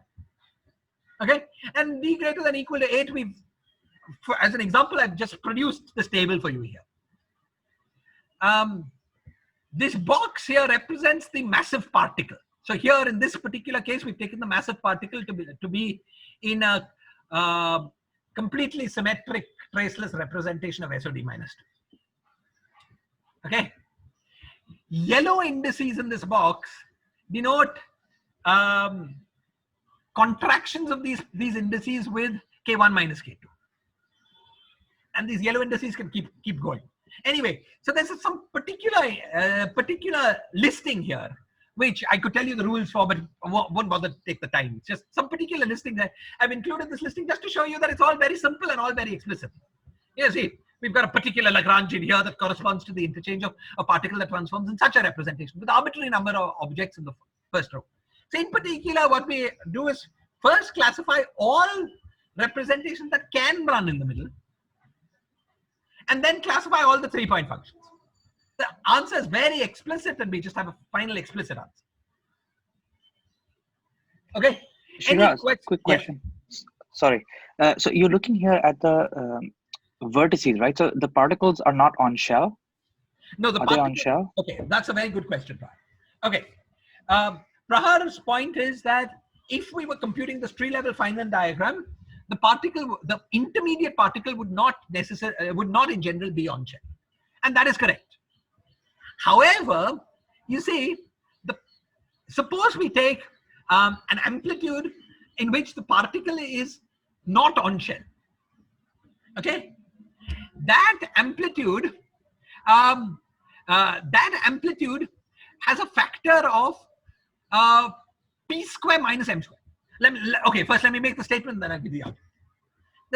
The argument is that the part, suppose you give me one, suppose you give me an amplitude, one 3-particle amplitude, and I take another 3-particle amplitude, and these two 3-particle amplitudes agree on shell but differ off shell. Okay? Yes. Then, because they agree on shell, there is a factor of p square minus m square in the difference between the two amplitudes that you and I have. Yes. Okay? Now, this factor of p square minus m square will cancel the pole in the propagator. Correct. Okay? So the final statement is that while the full amplitude corresponding to particle exchange depends on off-shell generalizations, the pole part of the amplitude does not. The pole contribution, the part that actually has a pole, cares only about the 3-particle on-shell exchange. Therefore, in order to classify the pole contributions, it's sufficient for all 3 particles to be on-shell. Okay? This, of course, is an example of Kutkowski's rules. Correct. Yeah. Okay, the non-analyticities are purely given by on-shell amplitudes. Yeah. Okay, this Kutkowski's rules apply to the most trivial case, namely that of tree level. Okay, that was an excellent question. So actually, if I just a thought. So this sounds very similar to this a similar sort of structure that you get in celestial holography, where so if you're computing an S matrix between massless, massive particles. Yes. I think the mathematics is exactly the same. You decompose the massive particles into massless representations, and then you can show that massless S matrices is essentially just some correlation function on Scri plus, so in some celestial CFT, and then you just have to list all possibilities, and that's easy, at least because there's some conformal invariance, and this has been studied quite a lot. So the 3-point structures of all possible, the 3-point function is very well studied in a CFT. So Exactly. And then you just write down all structures. Exactly. Yeah. Go on. No, that's all I had to say. Yeah. In fact, there is another sort of related context in which, again, you get the same mathematics for not surprising reasons. That is, if you were computing the 3-point functions of 3 representations in a conformal field theory in any dimension, you get, if you've got primary operators and representations R1, R2, and R3, the first 2 primary operators were stress tensors. And the third was some arbitrary, operator and some arbitrary primary. Again, the mathematics becomes very similar. And you would expect that from ADS-CFT. Right? In fact, you can actually show that the problem of counting 2 graviton and 1 particle amplitudes in flat space in D plus 1, let's say in D plus 1 dimensions, is exactly the same as counting, at least for counting purposes, exactly the same as counting the 3-point structures between stress tensor operator in a D minus 1 dimensional field theory, as you would expect from ADS-CFT. And ADS-CFT sort of is motivation, but you can just show this independently. Did you mean D dimensions? The bulk is D plus 1, boundary and boundary is D? D. Yes. Oh, so did I say D minus 1? I meant D. Sorry. Yeah, the same story holds because massless particles map to primary operators on the celestial surface. So if you have massive states, they don't map to primary operators. So you have to decompose them into various massless representations. Yeah. And then the massless representations are primaries, and then you do stress tensor primary. Yeah. Just like Sounds very interesting but not surprising. I mean, it sounds very interesting. Yes. Thank you. Okay. Now, so we have now a final, laundry list classification, right? Our paper has lots of tables, and anytime you want a 2 graviton, anything else scattering amplitude, you look at our paper. You never need to work it out again. It's very explicit, as I've tried to indicate. Very explicit, Lagrangians, very explicit scattering. Now, okay, we've got a laundry list, so what? What do we get from this? Well, the first thing we get is a proof of a statement that I made maybe 40 minutes ago. The statement was, if you remember, that in any 2-derivative theory of gravity interacting with other fields, there are no graviton particle 3-point amplitudes. They all vanish in 2-derivative theories of gravity. If that statement is true, then every one of these 3 particle scattering amplitudes that we've classified, and I've done it here only for D, I've shown you the results only for D greater than or equal 8, but we've done in all dimensions. Every one of these 3 particle scattering amplitude better be 4 derivative or higher. In fact, that is true.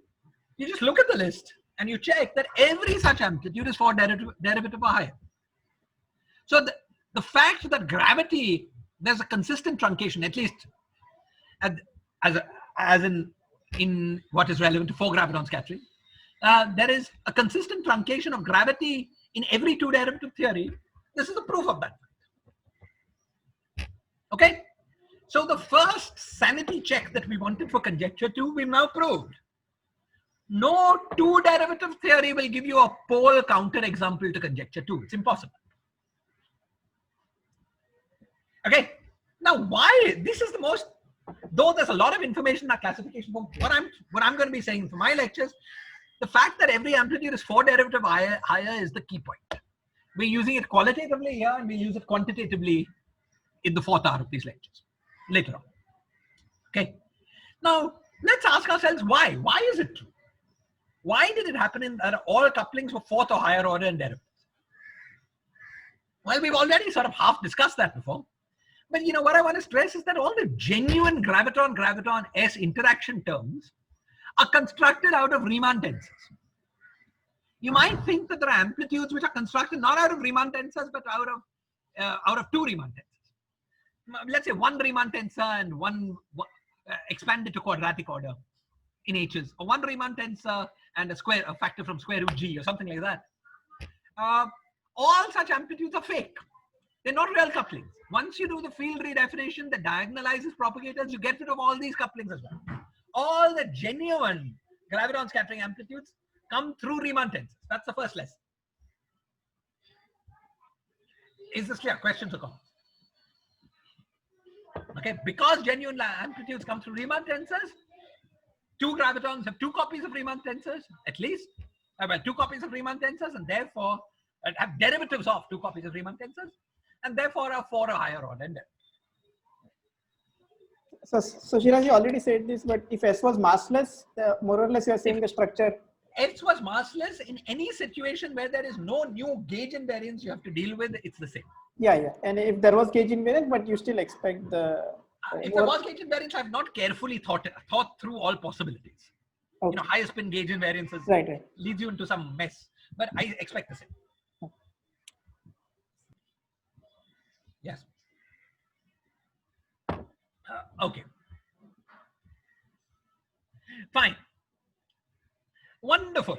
So that does it. We've classified the pole contributions to tree-level graviton scattering completely.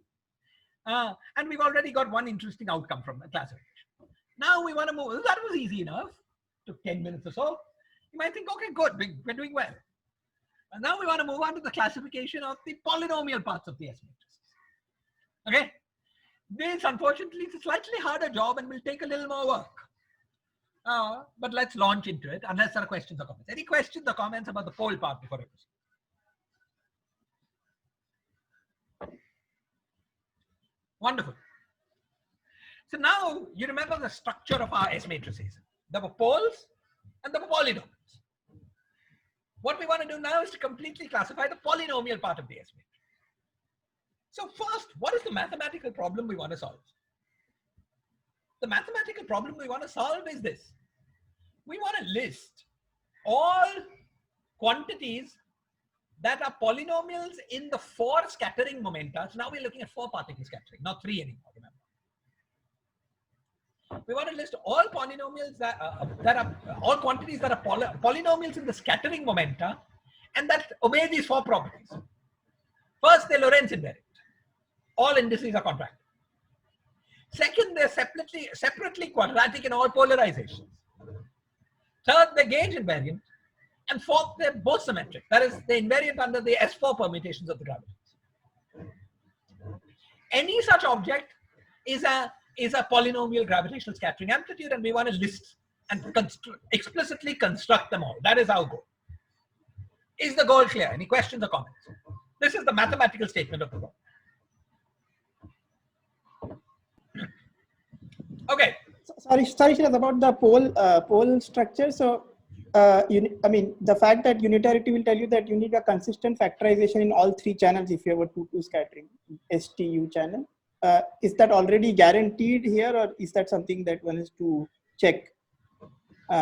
Unitarity will tell you that you need a consistent factorization. Yeah, we will add them together. We'll add the S channel, T channel, and U channel with the poles. And somehow the fact that whether you take the if you take the S channel pole first and then the T channel or vice versa, you have some consistency condition, then you can get. Our amplitudes are so simple. We're just taking an S channel pole plus a T channel pole plus a U channel pole. But each one will have a product like 1 by STU or something, right? No. Just you may be able to write it like that once you combine them. Right. But this will just be an 1 by S minus M squared. Okay. Because you have massive particle in the you're saying exactly. It's a massive okay, particle, and we're just taking that pole plus permutations. Okay. Thanks.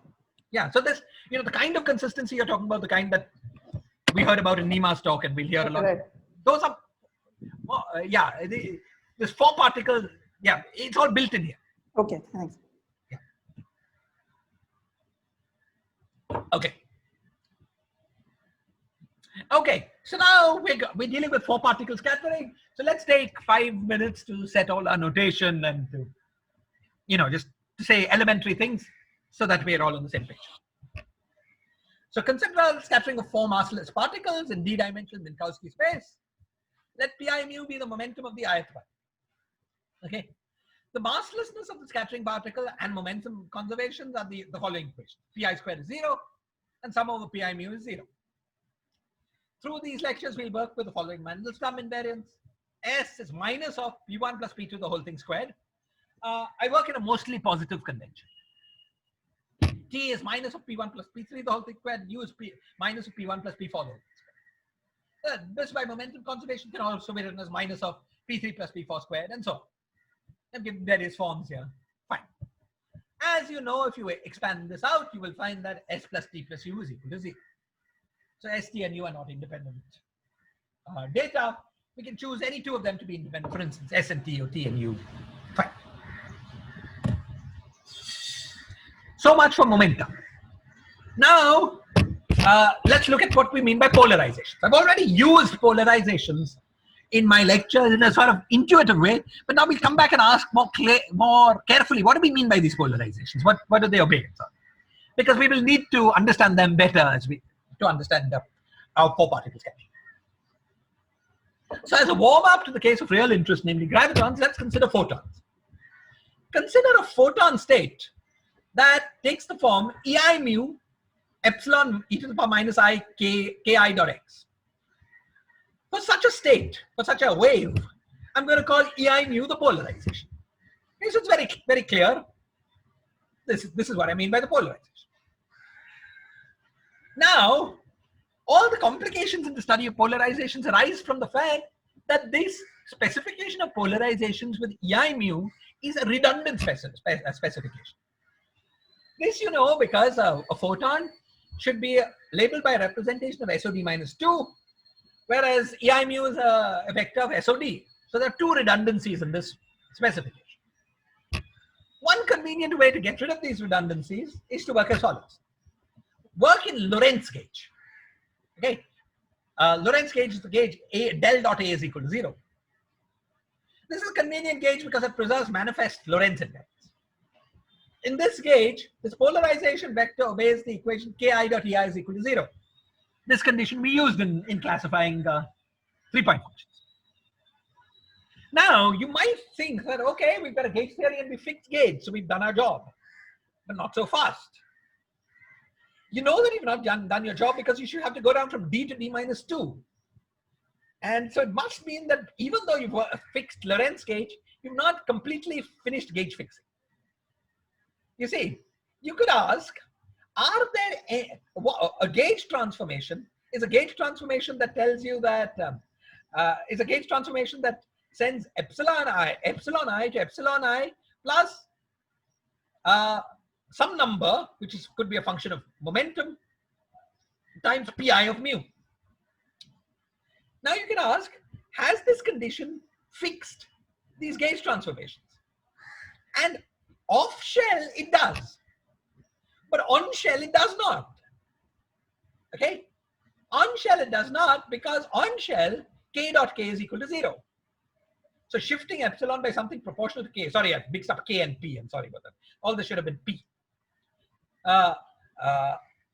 Because p dot p is 0, shifting epsilon by something proportional to p maintains this Lorentz gauge condition. Okay, so epsilons that obey this condition, okay, should give you the same amplitude whenever we shift epsilon by epsilon plus a number times p. Now remember, this gauge transformation parameter here could have been a function of p, because we had a free function of x in gauge transformations. So we have free Fourier transform of that. And since the four scattering momenta are different, the value of this function of p at p1 is unrelated to the value of the function of p at p2, unrelated to that at p3, and so on. So effectively, our amplitudes have to be invariant under independent shifts of the polarizations ei by ei goes to zeta I, ei plus zeta I pi mu, where the zeta I have nothing to do with each other. They're completely independent shifts. Okay? So polarizations, in summary, are given by vectors epsilon I mu that are orthogonal to momenta modulo such shifts. Amplitudes should not depend on the polarizations themselves, but should depend. Firstly, the polarizations are constrained, and secondly, amplitudes have to have be invariant under this the shift. This is something we call gauge invariance. This is what I mean by the requirement of gauge invariance. Okay, good. We dealt with photons. Now let's move to gravitons. Now gravitons have a polarization that's a symmetric 2 tensor.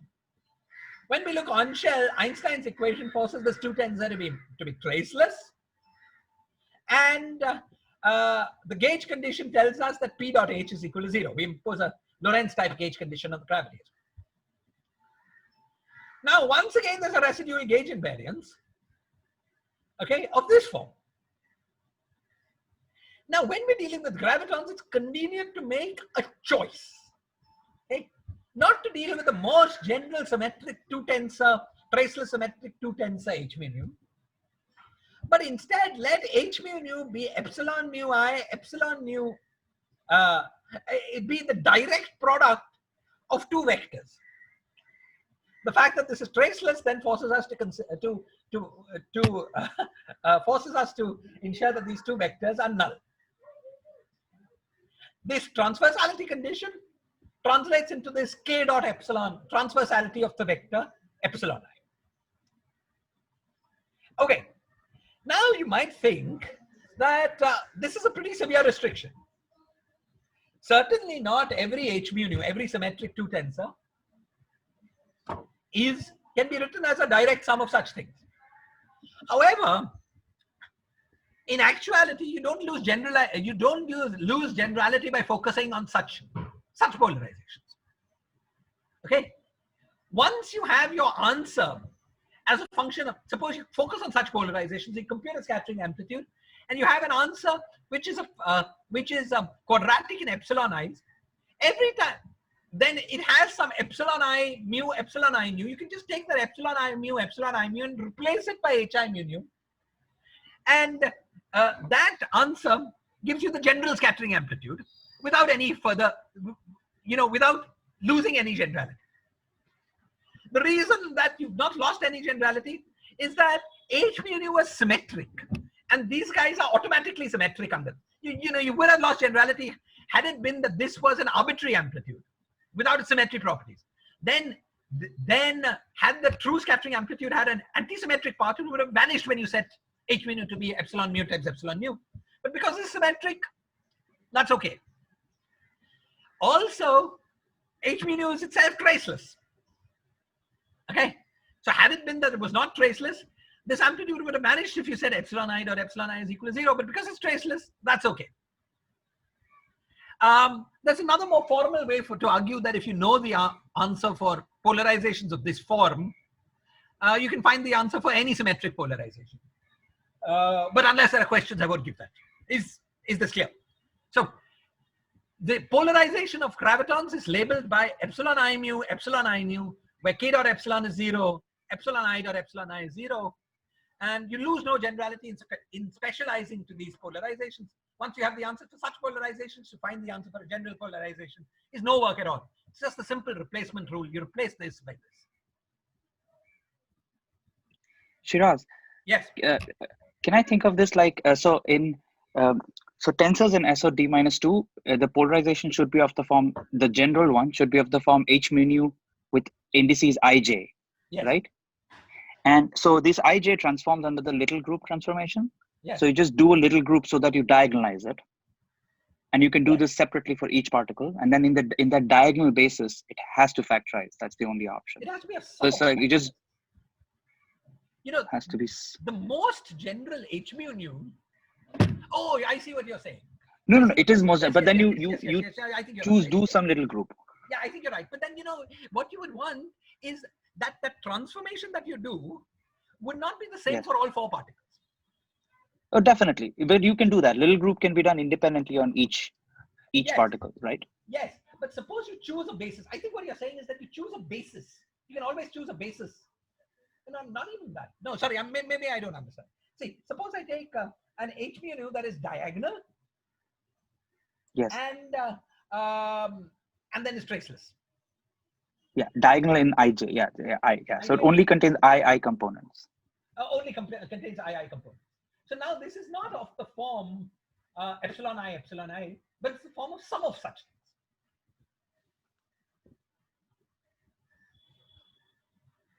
Right? Because each diagonal element is of that form, but then it's a sum of such things. Yeah. Okay. But nonetheless, what you're saying is right. I mean, it's right in actually, because you see these amplitudes are linear in the bilinear age. And let me give you another argument that goes along the lines of what you're saying. You see, the amplitudes are linear in age. Suppose now, if I could find a basis, if I could do epsilon I, epsilon j. Sorry, if I could do epsilon 1, epsilon 2, direct product of epsilon 1, epsilon 2, and then symmetrize, that is clearly a basis for all symmetric H's. Yes. Okay. Well, the problem is that I've not done epsilon 1, epsilon 2, I've done epsilon 1, epsilon 1. But that actually is not a restriction because of the identity that epsilon 1 plus epsilon 2 mu, epsilon 1 plus epsilon 2 mu, nu, minus epsilon 1 mu, epsilon 1 mu, minus epsilon 2 mu, epsilon 2 nu is equal to what I wanted. So you compute the scattering amplitude for epsilon 1 plus epsilon 2. Then you compute the scattering amplitude for epsilon 1. Then for epsilon 2, take the first guy minus the second minus the third, and you get it for this cross guy. Correct. Okay. So there are many ways of arguing this. This is more or less along the lines you said. Okay. Thank you. Okay, great. Okay, so right, fine. Anyway, there are many ways of thinking of it, and every way makes it obvious. So it's sufficient to focus on polarizations that are of the form epsilon mu, epsilon nu for each of the 4 different gravitons. Now, we talked about the general gauge invariance here. Now, a general gauge transformation will take H, a general H to a general H, and in particular will take an H of this form to something that is not of this form. Once we are focused on H's of this form, we have to specialize our gauge transformations to those gauge transformations that preserve this form. The gauge transformation had a vector field here, the zeta mu. And it's easy to check that the way to preserve this form is by choosing this vector field itself to be proportional to epsilon of mu. If you do that and you perform this gauge transformation, then you retain the form epsilon mu, but with epsilon mu having shifted by zeta I pi mu. This is a 2-minute algebraic exercise that I'll leave it for you to check. Okay? So we conclude that actually this more complicated more complicated gauge invariance of gravity, once we've made this choice of epsilons, actually reduces, as far as S matrices are concerned, to the statement of gauge invariance under the U1, the Maxwell kind of gauge transformation for this polarization vector epsilon I. Is this clear? So gravitons, once we make this convenient special choice of polarization vector, graviton polarizations are once again labeled by epsilon i's. Once again, epsilon i's that obey epsilon dot k is equal to 0, and once again subject to the equivalence classes that epsilon I is same as epsilon I plus zeta times k. Okay, so that's what we mean by polarizations. And now the mathematical problem that I sort of tried to state here in words can be made a little more precise. What we want now is the most general polynomial built out of pi mu's and epsilon I mu's. That is A, Lorentz invariant, B, separately quadratic in each of the epsilon I mu's, where epsilon I mu is chosen such that pi dot epsilon I is equal to 0 and epsilon I dot epsilon I is 0. C, invariant under epsilon I going to, this should have been under this. Sorry, this is incorrectly written. Invariant under this transformation separately for each epsilon I, and is both symmetric under the permutations of S form. The most general algebraic expression, most general polynomials built out of pi and epsilon I that obey these properties are what we are after classifying. Is this clear?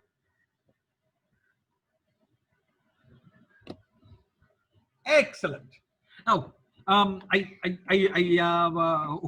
Song, how should I be stopping now? I think maybe here's a good place to stop. Okay. Yeah. Let's see if there are more questions. Yes. So by a full, I have a question. By a full classification, do you mean all such polynomials up to functions of Mandelstam or actual classification? Everything, including functions of Mandelstam. You will see. So this is finite, right?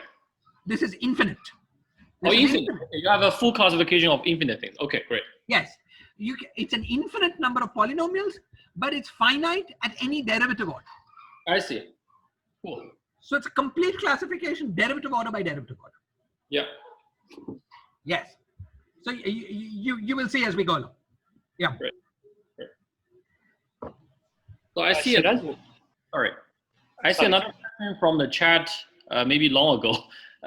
We're asking, what about the S matrix of bosonic strings?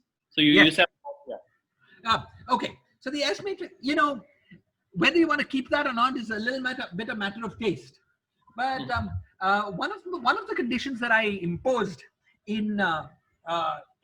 for my classical theory was that it has an energy bounded from below.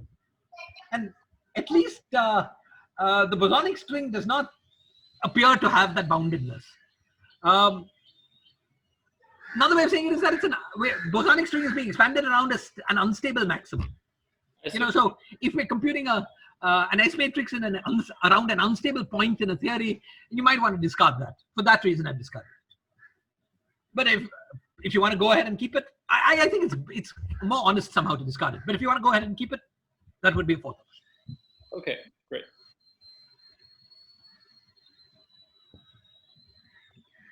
Shiraz, would you get additional constraints by imposing like soft theorems and that sort of stuff?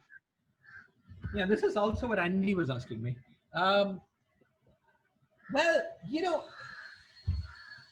you tell me, Prahar. I have not thought carefully about it. I'm going to get all tree-level S matrices.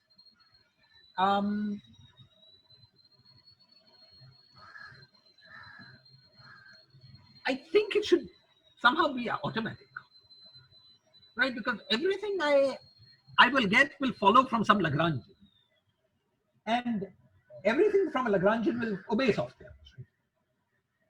Oh yeah, if you use Lagrangians, it will definitely be true. But I thought the process here was to just maybe I'm mistaken, but was to simply write down the most general function of the momenta, which satisfies these 4 properties that you've mentioned, irrespective of how they come from the Lagrangian. Or but one of the things we will say is that every such thing comes from a Lagrangian.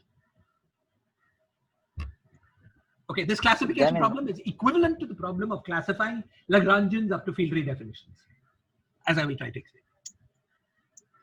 Okay. Yeah, then the soft theorem should be built in somehow, I suppose. Yeah, I think so. I don't, yeah, right. Shiraz? Yes. What happens when there are infinite derivatives? Because I think some of them will be fine because it might just be a finite derivative theory where one field is integrated out in a derivative expansion sort of a thing. So yes. So so in some sense, this is something we have to be very careful about. In some sense, we are allowing infinite number of derivatives in the sense you're talking about because we're allowing pole exchanges. Right. But we're allowing infinite number of derivatives only in the form that sum up to poles. Okay? Right. Yeah. Something that sums up to something more complicated, we are not allowing at the moment. And that's going to be very important. For instance, the kind of analytic structure we would get from a loop is significantly different from a pole, and much of what I say will not apply to that.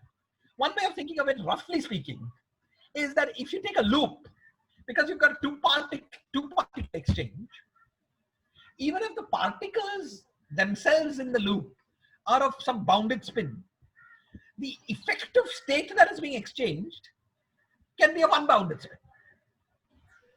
Right? Because the particles can go around each other. Yeah.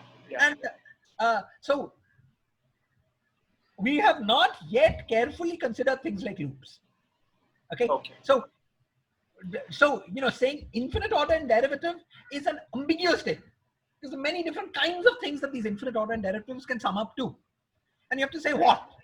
So we have been careful only to allow so far poles.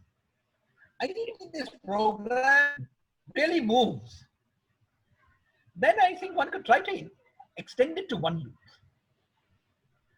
Once we understand poles really well, say, okay, let me give you a fantasy situation. And this is really science fiction at the moment, since given what we actually know. But let me suppose that one day somebody manages to prove conjecture 1 for poles.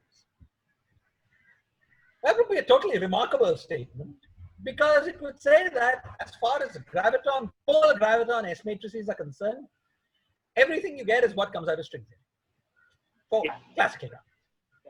Okay? But then you would be satisfied because we know that within string theory there are many compactifications. Right. So you'd want to ask now, if we let go of our dependence on poles, could we now do better? So then what you would then do at that point is to now allow the analytic structures that come from one loop activities. One loop is civilized, right? One loop is easy to classify. They're not as simple as poles, but anyway, you can just classify the analytic structures. And then you can try to redo this game for those amplitudes. And then what would be really cool is if all solutions are, if in finding the set of freed up solutions, you discover sigma models and n. I mean, then you would sort of start exploring the space of compactification strings. Right. You're going beyond this universality. That is my ultimate fantasy, where it's a fantasy. It's like Lord of the Rings at the moment. There's not even prove conjecture 1, not even come close to it. So, but that is what I hope will eventually happen. That you can build up the structures of perturbative string theory just starting from low energy consistency. I think that would be really cool, because it will tell you that string theory, at least for theories where there is a dialably small coupling constant, string theory is inevitable. It's not a choice for gravity. It's all there is. I think that would be really cool. Shiraz, what about conjecture? Shiraz, what about conjecture 2 and 3 at one loop? Sorry, say again, please. What about conjectures 2 and 3 at one loop? Conjectures 2 and 3 at one loop. Okay, again, I have not studied that very much, but you see, conjectures 2 and 3 again should have a lot of freedom at one loop, because at least if you allow 2 derivative matter, yes, you add any finite amount of 2 derivative matter, any addition of that should obey conjectures 2 and 3 at one loop. The hope you might have is that if you add only a finite number of particles, then all the matter that you have to add is necessarily 2 derivative. I see. Yeah. So that you would get solutions classified by the allowed possible 2 derivative couplings. That would be sort of the hope for conjectures 2 and 3.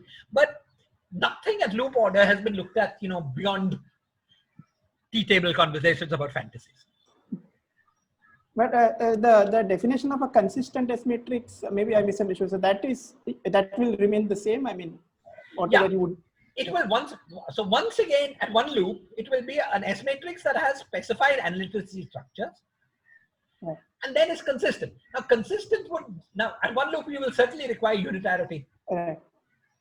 So you would have to put in your additional condition. Actually, I've not said this yet, but as we go along in the lectures on Wednesday or Thursday, we will see that even for the tree level, we have to put in some remnant of unitarity. We will put in that the three point coupling constants are real. Okay, so consistency, I'm reluctant to to give you a complete list, because I have the feeling that as we understand this better, that list will move around. Okay. Yeah. But it should be a list of things that once any reasonable physicist hears it, that physicist, she will say, okay, there's no argument. Any good theory should obey this. Shiraz, quick question. Yes. Also, in the line of fantasy, it seems, is there anything that you can say about double copy? About gravity being the square of gauge theory. That's the kind of thing you have in mind? Yeah. Okay. Yeah, we will. Okay. Yes, so there are some things you can say. One of the things we did as a toy model in this classification program is, okay, so there are 2 things to say. First at the level of classification, second at the level of consistency. Okay, so classification in the end is bookkeeping. Consistency is like physics. That's a really interesting part. But it's hard to do that, the physics, unless you've done the bookkeeping. Okay, so first let's break up your question into 2 parts. First for the bookkeeping, second for the physics. The first question you could ask is this. At the level of classification, is there a sense in which all graviton polynomial amplitudes for gravitons are the square of gauge scattering? And you will see that we will find that the answer is sort of yes in d less than or equal to 6, but no for d greater than 6. There's one gravitational, you will see, I will explain that as well. This is at the level of bookkeeping. Okay, so this, if your idea for this doubling is that everything you can do from graviton, you should be able to do by squaring, at least at the most naive level, it doesn't always work, but it seems to largely.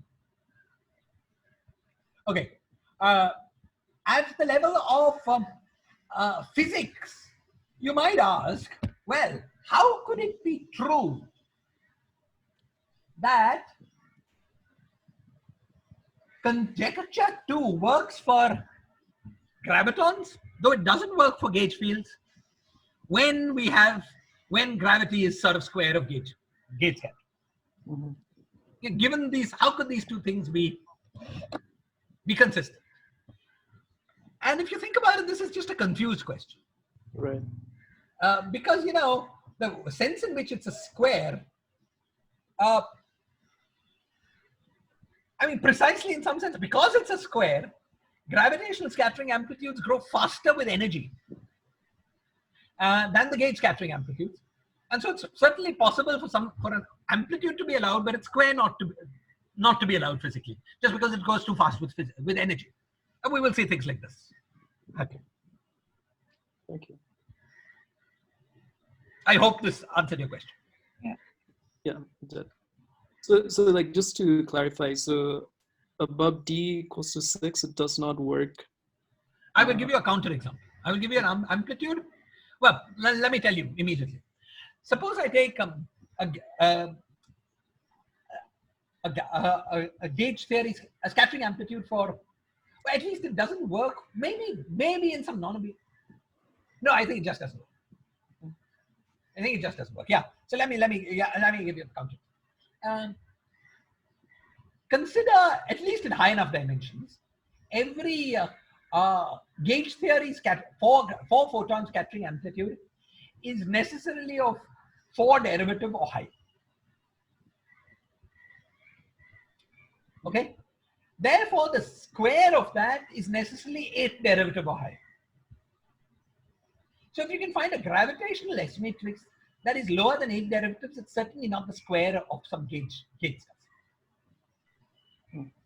Okay. Now one of the things I will show you is that in dimensions 6 or lower, all amplitudes are indeed 8 gravitational scattering amplitudes are indeed 8 derivative or higher. And all of these, there is a precise sense in which all of these are the square of gauge theory. However, in D7 and higher, there is one particular gravitational S matrix that is 6 derivative. And as far as I know, there is no sense in which that is a square of a gauge theory.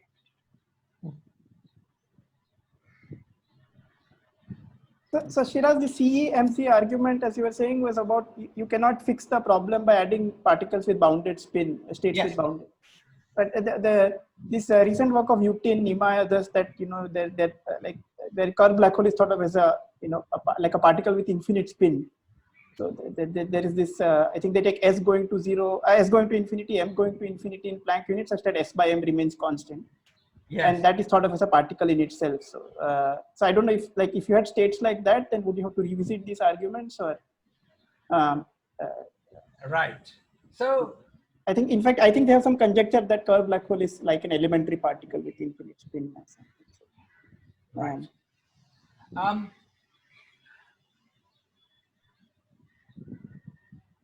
So you have a particle. So now this black hole has a mass that goes to infinity in the limit. Yeah, I think I wish Utin was here. I think the point is that because of no-hair theorem, curved black hole has a universal coupling with gravity, and you can identify it with a coupling of an infinite spin particle. If you look at h mu nu, t mu nu for t mu nu is a stress tensor for curved black hole. So you look at a coupling of h mu nu with t mu nu for curve. Of course, curved black hole has infinitely many multipole moments, but because of no-hair theorem, they are just parameterized by mass and spin.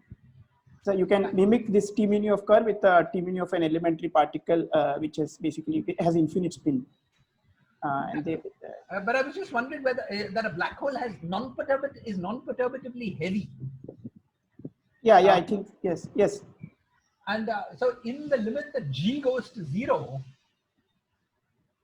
doesn't its mass go to infinity? Let me say I would need to think about that. Okay. Yeah.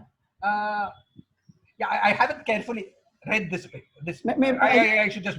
I think Utin is not here, but I think maybe Song. Yeah, I think you shouldn't treat the black hole in the classical limit with infinite spin on an equal footing as the particle considered here, right? Yeah, I see. Yeah, I think there's some problem in doing it this way. That's my understanding. Okay. Yeah, I personally haven't read that paper carefully. I will and get back to you, but not online.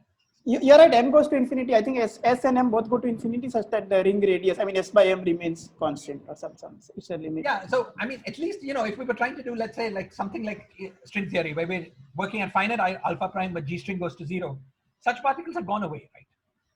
I see. Okay. Yes, But I need to think it through more carefully. Right?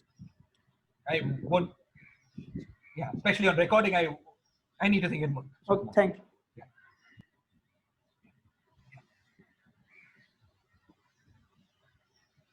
Okay, are there more questions?